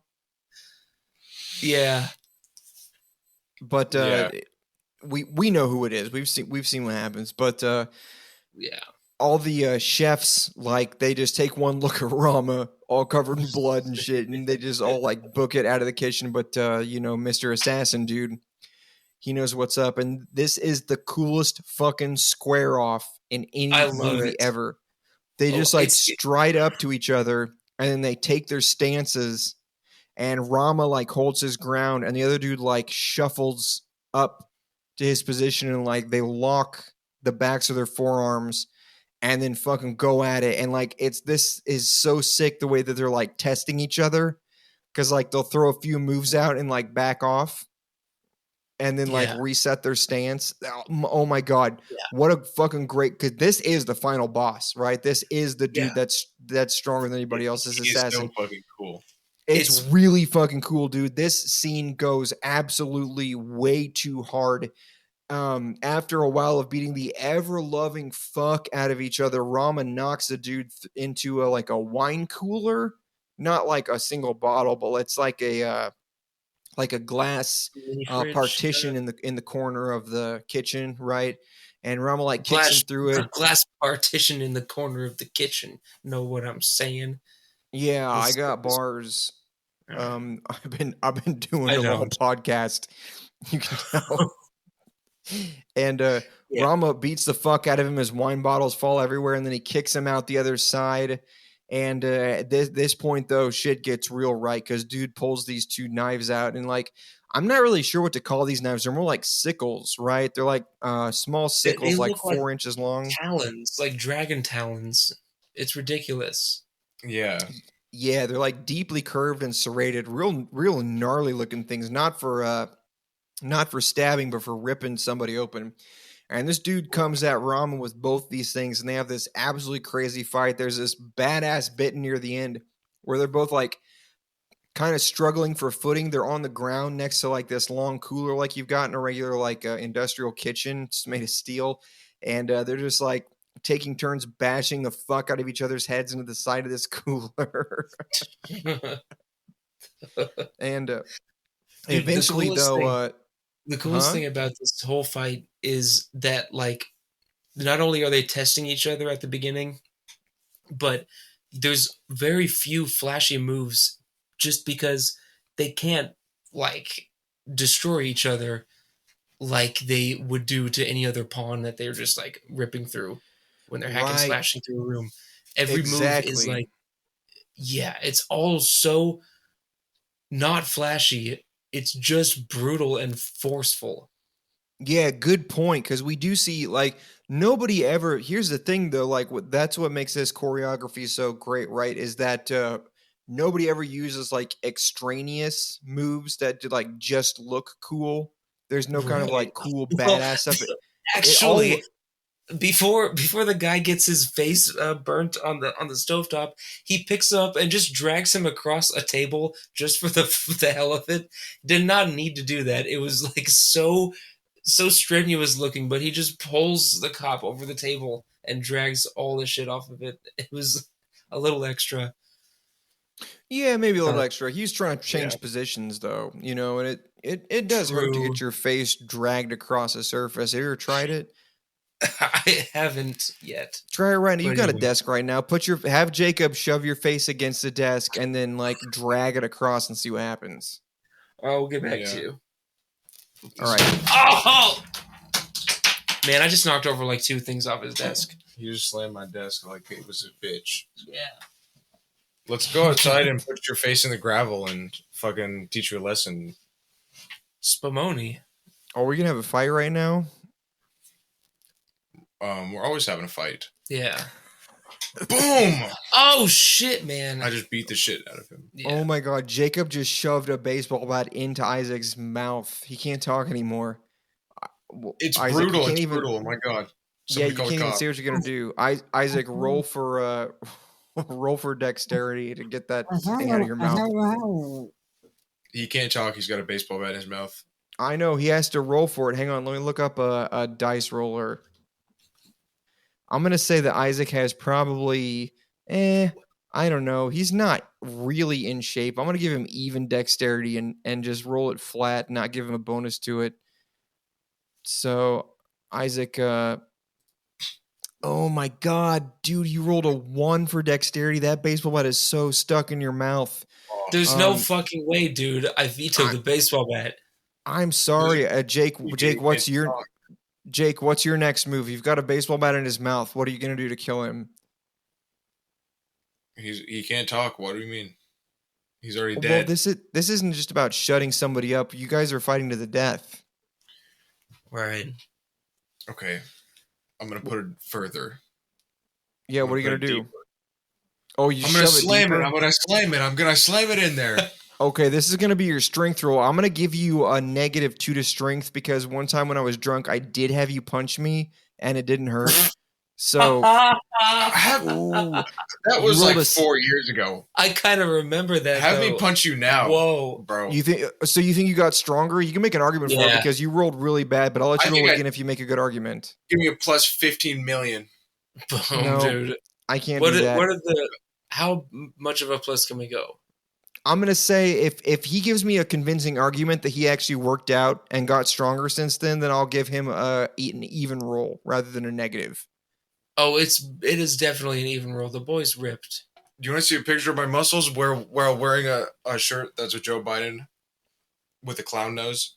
Hang on, I'm gonna post this in the Nut Prod channel real quick. Yeah, if you show me a picture of your guns with a Joe Biden with the clown nose shirt, then I will give you a plus 5 to your strength roll. Holy shit, man! Now hang on, can I roll for defense? Not at this point. You rolled a dex and you rolled a natural 1, dude. I can't believe I rolled a natty 1. I'm pulling up this picture right now of Jacob, and hang on one second. Oh, damn, dude. All right. Nice and peaky. Okay. All right. Good. Yeah, All right. Isaac, Nice. check it out. What Nice. do you mean? Oh Yeah. my god! Isn't that the best shirt ever? I would cook that arm like a chicken leg, and I would eat those muscles. Have you been working out, Jake? Yeah, man. What have you been doing? Yeah. Push-ups and just lifting. Okay, great. All right, hell yeah, dude. I'm gonna give you I'll give you a +3 to your strength roll. So here This we go. game Let's fucking sucks. damn 17 to your strength. This Nice. game's All right. bullshit, Woo. dude. You shove it deeper, Isaac. At this point, you're suffocating on this metal bat. Right. So right. what are you going to try to do? Because your dexterity already failed. So you're gonna what? I go for a finger in the ass. Last I'm gonna have to resort. give you. Okay, for that I have to give you another dexterity roll because you're basically suffocating and you're just going for like a kamikaze attack at this point. If you're not gonna try I'm to going for remove the the bat. four finger death punch. I'm going like just fingers up towards the taint, hitting something enough to get him away from me, cripple him. Right, because he's Ideally- shoving it. Yeah, he's shoving it deep, and you can't contend because you're fucking flabby. You haven't been working out. There's literally no way that you can remove this bat. Forcefully. Bro, I got muscles. I'm beefed up. Bro's got the biggest biceps in the world. In the room. Oh, I Isaac, got shoulders. Isaac, I you still rolled a need- 9. So like you basically you tickled his hit. balls. Yeah, you shove your fingers hard and it hits him in the gooch, but it doesn't go into the butt Ooh. or it doesn't hit the nuts. So it doesn't. It's Wow, uncomfortable. so I just gooch slammed it. It's uncomfortable. Yeah, he's like shaken but not stirred. You know what I mean? Like you didn't actually get anything specific. All right. Jake, you got to finish him off. What are you going to do at this point?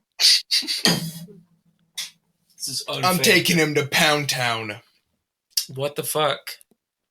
You just What? going to like shove that What do bat you mean? deeper and deeper like you're an oil pump? Oh, Yeah. Oh. Like he's a good little fish and I'm a little octopus I'm being trying called. to eat him. He's All called right, me a fish good versus little fish. octopus. Holy fuck, Jake, you got a 22.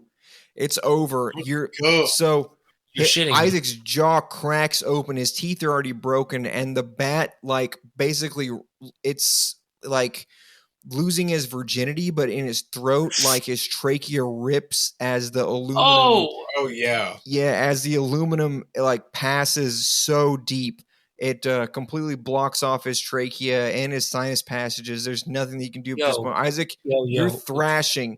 You have seconds before you die due to suffocation. What's your last desperate move to get out of this? Wow, man. I go for an eye gouge. Okay, Ju- all right. You can I'm kill gonna me, say, but I'm gonna take an eye with me. wow, man. So I guess that would be a dexterity roll. I think okay. it's another So first of dexterity roll. all, let's run you a Constitution, and depending on how your Constitution is, we'll give you a bonus or a negative to your dexterity roll for your attack. Your Constitution, I'm gonna say because like you drink a lot and do a lot of drugs, I'll give you a plus. I'll give you a +2 to Constitution because you don't get sick too often and you can handle a lot of stuff. Ooh, Yeah, I can 7. function if Okay. my trachea is being ripped open. I can still use my hands. I know you're used to that kind of thing. Right. Unfortunately, bro, you got a 7 to your Constitution roll, so you're in This is- panic. So And, rigged. Yeah, you're not going to get a bonus to your dexterity roll, but here we go. We'll see what happens when you try to eye gouge him. Oh, 13. You hit. You get an eye. Jake reels back. You don't actually have any more pressure on the bat. The bat, let's just say that the bat is still wedged firmly in your shit, but Jake has been scratched. He's not blinded or anything, but he is on his heels. So Jake, I'm sorry you lose a turn because Let's that's go. high enough. That's high enough to get a scratch in the eye. Isaac, what's your next move? All right, my next move is I put my hands on top of his head and I shove his jaw into my knee while thrusting my knee upward. With a bat down your throat? Yeah, I don't give a shit about the bat. It's Oh, too man, late for me to pull it another out. kamikaze. All right. Yeah. I'm not gonna give you a penalty or anything, but we'll just do our. At this point, it's a raw strength check. Yeah.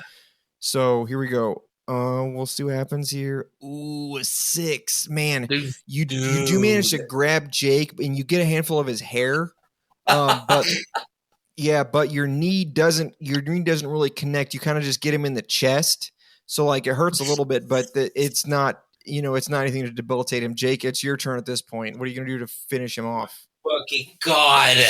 You said finish him off like 4 times. How many times am I gonna have to? I'm not dead yet, son. Yeah, he's not dead, man. You got to do something. All right. Pull a gun out. I pull the biggest gun you've ever seen outside my backpack that I have. It's okay, 14 feet. Hang on, it's 14 feet long and it's 6 feet wide. We're just gonna do a bare luck I put roll the biggest to see shell known to man inside the chamber, and I aim it at his head. Okay. And I pull the trigger, and he blows up. No, actually, we're gonna see if you have a gun. This is a raw luck roll, and I know for a fact that you don't own one, so I'm gonna give you a -3 penalty to this luck roll, and so we're gonna see if you have a gun. Here we go. It is Okay. the dice say 5, so that's a 2. You actually don't have a gun. You pull out a rubber band. Oh my fucking God. And you pull the rubber band back on your thumb and aim it at him while he has a bat in his throat and he's about to die. Isaac, it's your move because Jake's roll sucked so bad. Right. You can always attempt to. Yeah, you can always attempt to remove the bat. Right. Finally, I'm just gonna remove the bat and go for gold and aim for the temple and swing. That's 2. I'm gonna say that's 2 actions. I will give you a bonus of. I'm gonna say and because let me try because again. you're so desperate. I'll give you a +5 in dexterity because you're at your. It's just totally adrenaline and survival instinct at this point. So I'll give you a +5 if you just roll for dexterity to remove the bat. What if I do it in one fell swoop and I remove the bat straight out and then just pull it and just arc it forward and then down? You know what I'm saying? So I would give you a huge penalty for trying that whole thing. Well, fuck. All right, just whatever you said earlier then. You just want to remove the bat? Yeah, let's try and remove the bat. Okay, I'll give you a +5 to your roll for just trying to remove because you're about to die. It's going to happen. Yeah. 15. You get the bat. Okay, so while Jake my trachea regenerates. Your what?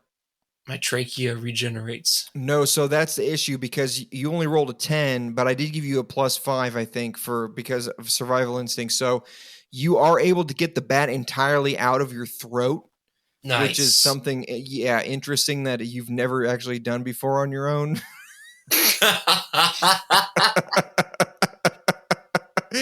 So you are able to get the bat entirely out, but and you do wield it now. You are wielding the bat with both hands. Yeah, so you have it as a weapon, but however, you are gasping and like you are huffing, and so any kind of strength or dexterity reaction that you go from now on, that's gonna be penalized because you've spent so long with your brain getting damaged from a lack of oxygen, and also your jaw is all ripped up, and you don't have very many teeth left. Okay, so I just go for a throat grab. Well, it's Jake's turn. He's got a rubber band aimed at you because he failed to pull out a gun. Shit. That's right. I'm terrified. Okay, I aim the rubber band at his bat and try to fucking grab it. You can try to loop the rubber band around the bat. Yeah, and kind of grapple it towards me and then grab it out of the air. Okay.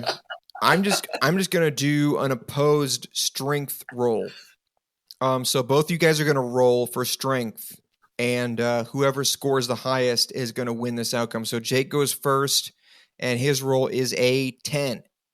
Isaac, man, yeah, it's a 50-50 for you. Well, not quite, but it's close at this point. Isaac's strength roll to Jake loops the rubber band around Isaac's bat, and Isaac rolls an 8. Oh fuck, Jake! God. That was pretty close. So Jake, what you managed to do is loop the rubber band around his bat and pull it down so that he's not in swing position at you.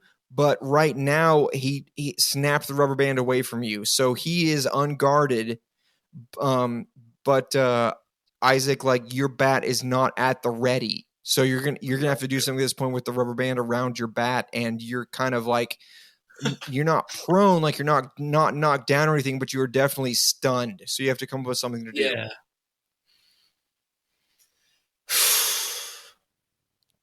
I go for the knees. I take a swing because you're knocked down. You're gonna swing low. Yeah, I'm gonna swing low. All right, Sweet Chariot. Let's see what happens because his bat's no longer in swing position. But holy fuck, 19. Isaac, you swing the bat sideways. Jake, you take the bat full on sideways into one knee and you buckle. You cannot stand back up. That knee is done, and you don't know the extent of the damage. It hurts so bad, you just cannot stand up anymore. Yeah, dude. My fucking knee. Fuck. You're going to have to come up with something to do from here. Isaac is gasping and panting, and his jaw is hanging open and bleeding. So I can't really stand and really do anything. But who's in control of the bat? Is it me or Isaac? I just whacked your knee with the bat. Isaac's got a hold of the bat. He just took one of your knees out, like, in a good way. Fuck, my knee! You think your knees will hurt now? You can try to stand up on it if you. I'll say that if you score really high on a pure strength saving throw, that you will be able to shake it off and stand back up. But that would be your entire turn because he rolled a 19 and that really hurt. Yeah, okay. I'll try to stand up. You know what?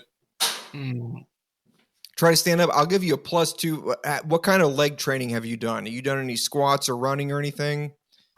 I bike and I walk and I do squats and I do cardio. So my knees are pretty normal. Yeah, and you're young. I'll go ahead and give you. I'll give you a plus. I'll go ahead and give you a +2 to strength if you want to try to shake this off and stand back up and get into fighting position.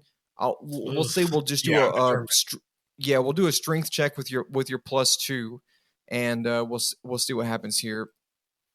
Oh, you rolled a 2, dude. You're at a 4. Like, you really hurt. You're down. You're down on one knee for sure.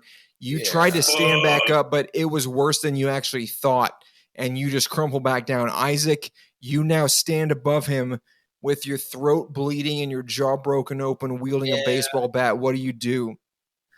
I put the baseball bat on his neck, and I get down on my knees, and I press my knees into the baseball bat to choke him out. Damn. I don't understand how this move works. Are you trying to grapple him? No. He's laying down. The baseball bat is on his neck. He's not laying down. He's not laying. So he's about to be laying down. His knees. He's are knocked broken. to one knee. He's on one knee. Yeah. All right. I'm not laying down yet. Well, then this all has to happen in one motion, though. I guess I have to push him on his back. Do I? You can try to push me down. Yeah, sure. You can try to push him. Because Jake is so injured, I'll give him a -2 to any kind of strength check because this is grappling technically. So if you want to try to grapple him downward, then I'll give him a -2, but you have to roll raw. All right, I'll roll raw. Okay, all right. Let's see what Isaac Let's see what Isaac rolls raw when he tries to knock Jake to the ground. Isaac, you rolled a 7, dude. Let's see what Jake rolls. That's enough. His knees are bummed. Oh, Ooh, Jake rolled a 5. Isaac, you take Jake down and you Let's go. lay the bat across his neck. Jake, you still at this point, because you're prone and you're not like relying on your knee for anything, you still have your +2 to strength. So you can try to undo his grapple and push him off. okay. What I'm gonna do is okay. Listen. Okay, listen. Yeah, I'm gonna try to push him off. I'm gonna say fuck all this. Get the fuck off me. Well, Okay, just I'm gonna just try my straight very, push him very off best. in any way. Yeah. Okay, all right. And we'll do an opposed strength check. Isaac does not have a bonus to strength. Because Damn. you're on your back right now and you're using your arms to push the bat off you, we'll retain your +2 to strength. So we'll do yours first. Oh, dude, you only got a 5. well, I think That's with your somebody's bonus. Let's see what Isaac getting gets. That's choked rough. out. Ooh, Isaac got a 10. Oh, it's not good. He gets his knees up on the bat and he's pressing down with his full body weight, which is significant. Am I right? So you are. It's 185. So you're basically one gasp from suffocation at this point. Your trachea is being crushed. You have one last chance to try to get out of this. I just got blood pouring down onto your forehead from my jaw. Yeah, okay. You are done. So, Yeah, the blood is spilling out into my mouth, yep. and I can't even breathe. You probably got AIDS. Cut that out. We'll leave it in. We'll Yeah. edit it out later, and then put it back in. Put it back in and leave it in, and put it back in and leave it in. That's called soaking. Yeah. I have to pee real fast. Jake, you think about it. Oh, come on now. We got to wrap this up. Okay, I've got all this time to think about it. What am I supposed to think about? I'm getting shit on, bro. I got my knees fucking I got my knees. You got a buck's knee. I got my knees all fucked up. You could just roll again for strength, but I'm losing every strength roll, bro. It's so sad. Yeah. I'll just roll again. You whooped my ass at the beginning. I can't believe the tables have turned with That's what my I'm jaw saying. hanging open and my trachea ripped in half. Yeah, I need to get you back. I don't know, man. If only I pulled out that gun instead of a rubber band.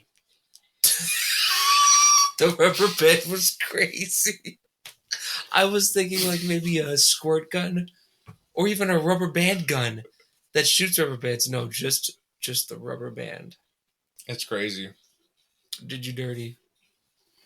I think what I'm gonna do is I'm gonna fucking what position am I even in? I got a broken knee and I got a bat on my you're neck. just on your back and I'm just like the bat is just crushing your neck. Yeah, and I've got your whole weight on my neck. Yeah. That fucking I think sucks. you die. Just on my neck, I could probably squeeze out of it. I'm gonna roll to squeeze out of it. Okay, roll to roll over. Yes. Squeeze out of the bat. Squeeze out of the bat. Squeeze out of the bat, dude. The squeeze is out of the bat. I repeat. The squeeze. The bat is on my neck. Yeah. Isn't that how COVID started? Yeah, the the bat bat was is on somebody's neck in fucking Chinese land. Give me something to eat, bro. I'm back. I'm sorry. hungry. What's up? Okay, so I'm gonna roll to get out and squeeze out of the bat. Okay. Just to shimmy his way out, I guess. Just I to think he shimmy. should be So dying. it's difficult because you have a bum leg. So you can try another opposed strength check, like as a last ditch effort. I'm not sure how else you want to do it. Like basically, your stats I would be don't see like. anywhere else to go. Yeah, I don't think you have anything else. You've got basically you got strength, intelligence, dexterity. I don't really know what anything else would help you, but yeah, I mean a strength check might be your best bet because this is your last chance, buddy. So you do have a +2 to strength, and Isaac doesn't get a bonus, even though he's on top of you. He's got your master. So here we go. We'll do Jake's strength check first, and his roll is a son. Big money, you please, 6. bro. You rolled a 1. Oh you my serious? god, dude. I'm You're dead pranking me. serious, man. It's All so right. you got a 3. Isaac's strength roll is coming next, and like if he Yup. rolls higher than a 3, he fucking kills you, dude. I'm sorry, we have to kill you in real life to get you off the podcast. I'm Oh just gonna my do. fucking god, Isaac, you rolled a natural 20. Not only It's- okay, Oh my god. Jake's muscles bulge and his veins explode Oh as my he fuck. as he thrusts up against the bat, but Isaac lunges down and he pushes so hard against the neck that it squeezes all the way in, and you can feel the aluminum of the bat contact the bones of his spine. And yeah, just a little bit of blood spews out from Jake's nose, mouth, and eyes, and he goes still instantly. Fuck, man. Yeah, you feel bad now, don't you? I didn't like this as much as I didn't want to do this. Well, Wait, why are we killing each other? I don't know. We were supposed to be doing a podcast, and then we started playing D&D. That'll happen. Oh my god. Spumoni. So we said we have So what's next? Are we done with the podcast? Is that it? No, not quite. Rama, he's past all these dudes. He finally confronts let's see here. He makes the dining room itself. Cause I don't think we actually got through the entire fight with the assassin with the curved knives, but Rama finally gets a hold of one of his knives, and there's an absolutely fucking brutal Mortal Kombat style fatality scene. There's one specific cut where the dude swings a knife at him, and Rama stops his arm and then like slashes up and down all the way the length of his arm, and just blood is spraying everywhere. He's just like disabling this guy. He hooks him under the ribs and like lifts him all the way up from the ground. It's real. You just have to watch it. Like, watch this movie. It's if you haven't watched it at this point and you're just listening to us talk about it, words can't describe all the sound and the visuals. Nah, it's nasty. Yeah, you're robbing yourself of an experience that we are taking from you, which is the kind of thing that I say to every girl that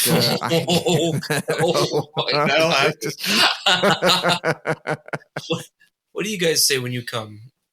Help! Spumoni. I was gonna say Give me something to eat.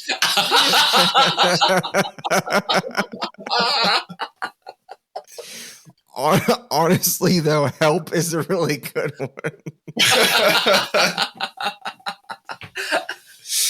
Just fucking tragic. Oh gosh. Oh shit. Well, Rama eventually eviscerates this dude. It's a badass scene. If you haven't watched it, we honestly haven't spoiled that much because you kind of have an idea of what's going to happen.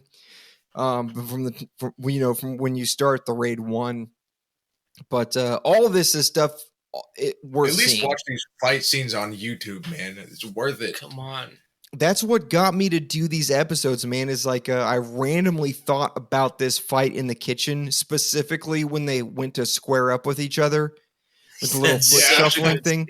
Like, for some reason, that entered my mind at random, and I looked up that fight scene, and I was like, I'm gonna watch these movies again because, like, it's that good. Like, you want, it's not a one and done deal. Like, these movies are treasures for real. So anyway, yeah.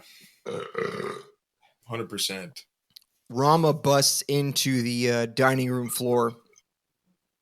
Goto rushes to the bar, grabs a shotgun, chucks it to Reza. Oh, not before interception. he takes a bite of his food first. Who? The guy who runs and gets the shotgun. I think he said his name is Goto or Goto. Yeah, Goto. Was he sitting at the table? Yeah, Damn. he was eating with everybody. Okay, yeah. He takes like a bite of food before he runs to get the shotgun, and I thought Yeah, that was fun. yeah. Grabs a shotgun from behind the bar, tosses it to Reza. It's fucking intercepted by Uko, who turns a shotgun on Reza and fucking wastes his ass. Goto Boom. grabs another shotgun and gets subsequently wasted by Uko. And there's this real gnarly scene where he's laying on the ground and Uko just walks up to him, and it's like this like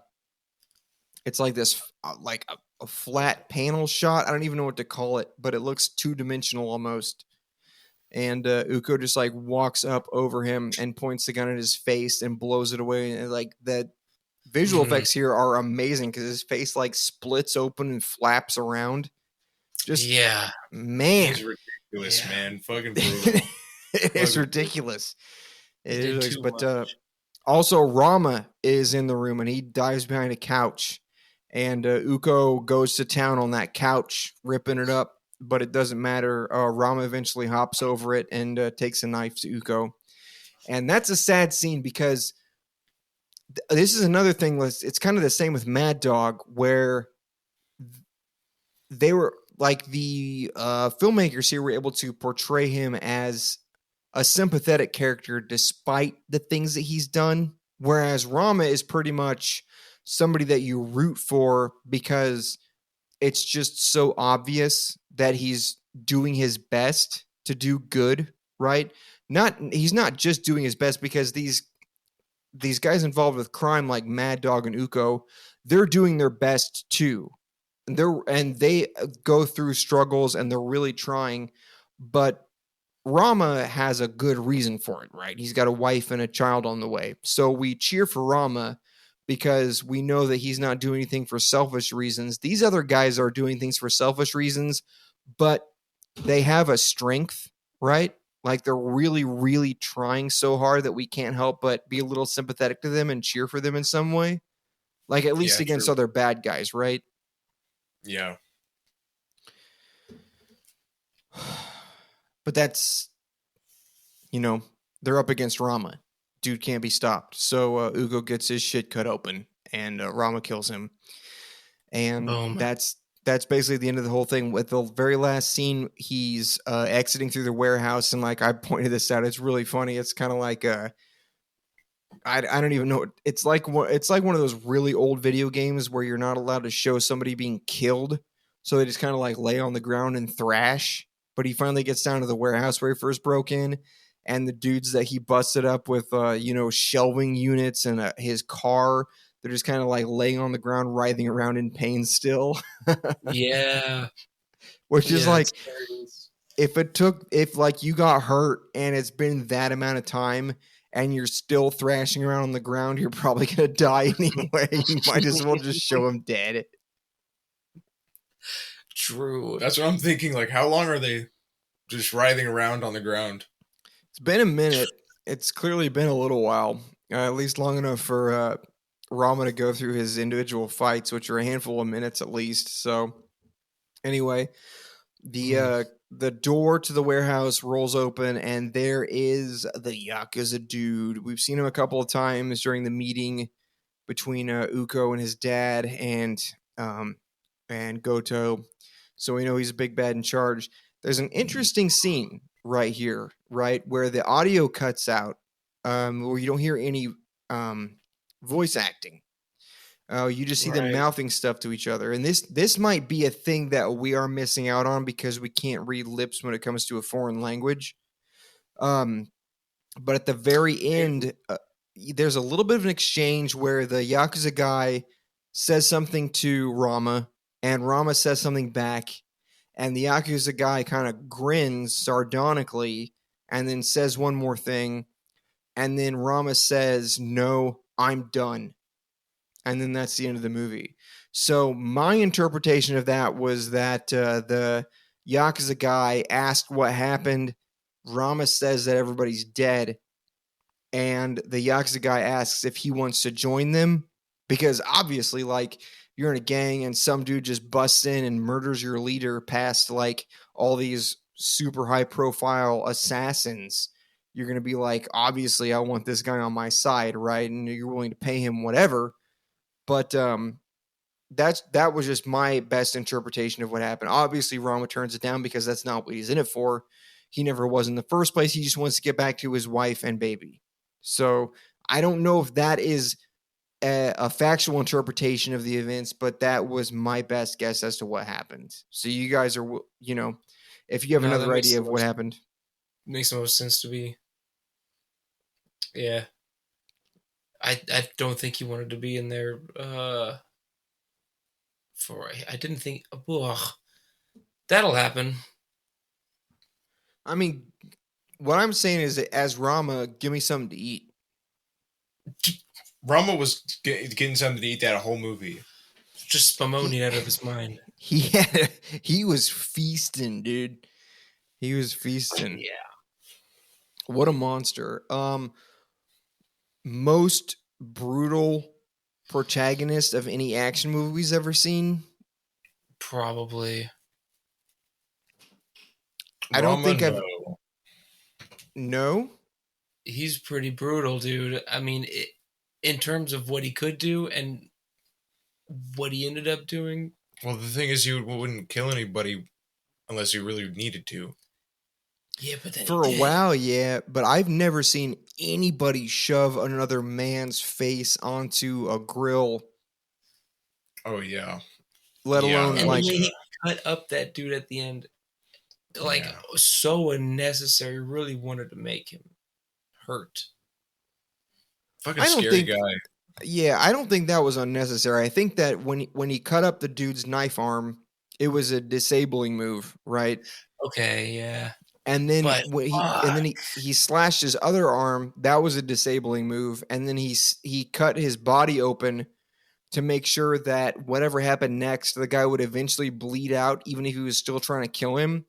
And then when he had the opportunity, he just shoved his knife in the guy's neck. That reads to me like you're just trying to kill somebody. You're not trying to torture them. no, not torture. That's for sure. He did. He really made sure he was dead, completely butchered, like Yes. animalistic, Filleted. Yeah. filleted. Fuck. Yeah, that dude got Really? filleted. But yeah, I've never seen any hero, let alone, or I've never seen any villain. I mean, let alone hero, do that much damage to an individual during a fight, as Rama does to these guys. Yeah, it's so brutal. It's fucking awesome though. It is awesome because because we root for Rama the whole time. He's obviously not doing this kind of thing because he thinks it's cool or fun, right? Whereas, like, we do see the other assassins, like the dude with the baseball bat, like he's obviously having some lulls when he's killing people with a baseball. Yeah, for sure. Because that shit seems fun. Jake once again being the absolute most chaotic, evil take of the entire podcast, but I can't help but agree. Honestly, if I had that kind of skill and strength, then I mean, yeah, come on. Hitting busting people somebody's with head open with a bat, baseball. Yeah, or hitting yeah. I people with mean, baseball a million miles an hour. Dude. yeah, you can't help but you can't help but imagine how cool it would be to be able to do that. He still got owned even on a 2v1. Man, Rama is so When you're up tou- against Ramen, nobody wins, man. That's what I'm saying. Is also there was a point that I didn't even mention during the fight with the assassin with the knives. He got leg dragged, and then he got his fucking ACL sliced open. So he was crippled, Yeah. super crippled. Yeah. Still managed to disarm the guy of one knife and then and fillet him. But Christ. yeah, Yeah, he like still powered through it. yeah, right. That's the power of Allah, man. Rama is a monster. Allah Rama Ding Dong. Exactly. Dude, Spumoni. So yeah, that was the whole movie. The two movies actually, Raid 1 and the Raid 2 Redemption. Or no, Badass actually, movies. I fucked that up. It's actually it's called the Raid Redemption, and then it's called the Raid 2. I think. I think so. Well, if I fucked it up, you can just look at the episode title. You're already listening to this anyway. You've listened for this long, and you don't know the title is. Just watch the You're gonna- movie at this point. God damn. Dude, that's what I'm saying. Give me something to eat. But Give on, me dude. something to It's eat. been 2 Yeah. hours. Give me something to eat. Here's the question. I'm not going to go through the usual bullshit, like, what did this movie intend to convey? Like, duh, this was just straight up badass action. Who would you recommend this movie to, though? Like, is this the kind of thing that you would approach a coworker with who was like, yo, I'm going to, I'm going to watch them with my girlfriend tonight. Like, what do you reckon? Like, would you be like, you've got to look up The Raid? Like, would you say if they something like action that? movies at all, even if they like Marvel movies, I'm gonna say, you want to see guys get beat up? Watch The Raid. Yeah, it is fun. It is fast. It is crazy. It'll make your socks come off. That's for sure. That's for damn sure. Yeah. You might just want to take them off and get cozier and watch the movie. Yeah, take them off before just so they don't get blown off by how crazy this movie is. That's a fact. I wasn't wearing socks this whole time, and I'm actually degloved from the ankles down. Whoa. Oof. Yeah. You know what this movie did for me? It made me put my socks on. Oh, wow. You're really Right, 'cause hard, your dude. So feet are you're so like not stinky. affected at all by this kind of violence. No, I crave it. It makes me warm inside. Right. Makes me So you feel have like to I put have on more clothes. Yes. Yeah, because you want more of that heat. Mm-hmm. Give me something Right. to heat. Fuck. Both of you guys. That's fucking stupid. I hate this. Jeez. We wrap this up. I need to get something to eat so bad. Yeah, I'm hungry too. That was the end of it, man. That as the normal thing show. that we do at the end of the episode. The house cleaning bullshit. We do own nouncertaintermsproductions.com. That's actually not true. Or it might be. I don't remember for sure. Look, I paid for it. It's up in the air. Look, We'll never know. I paid for a domain, and it's either, I think that it's actually nutprod.com, NUTPROD, and there's nothing up there right now. But if you go stick to around, ballpoke.org, then that's the thing is like, look, maybe you found this podcast in the distant future, and you're coming back to it, and you're listening from the first episode up. God bless your heart. yeah, if that's listen the from case. the waist down next time. But Yeah. that is our website, and we'll have stuff up there. You can find all our stuff if you just look up Nutprod. We're on Linktree. You can find everything from there. My music, like I have music. It's the beginning and ending episode music. You can find that under Skew Composite. It's on everything that you can ever possibly fucking think of, including shit that I've never heard of in my life. So I know it's out there somewhere.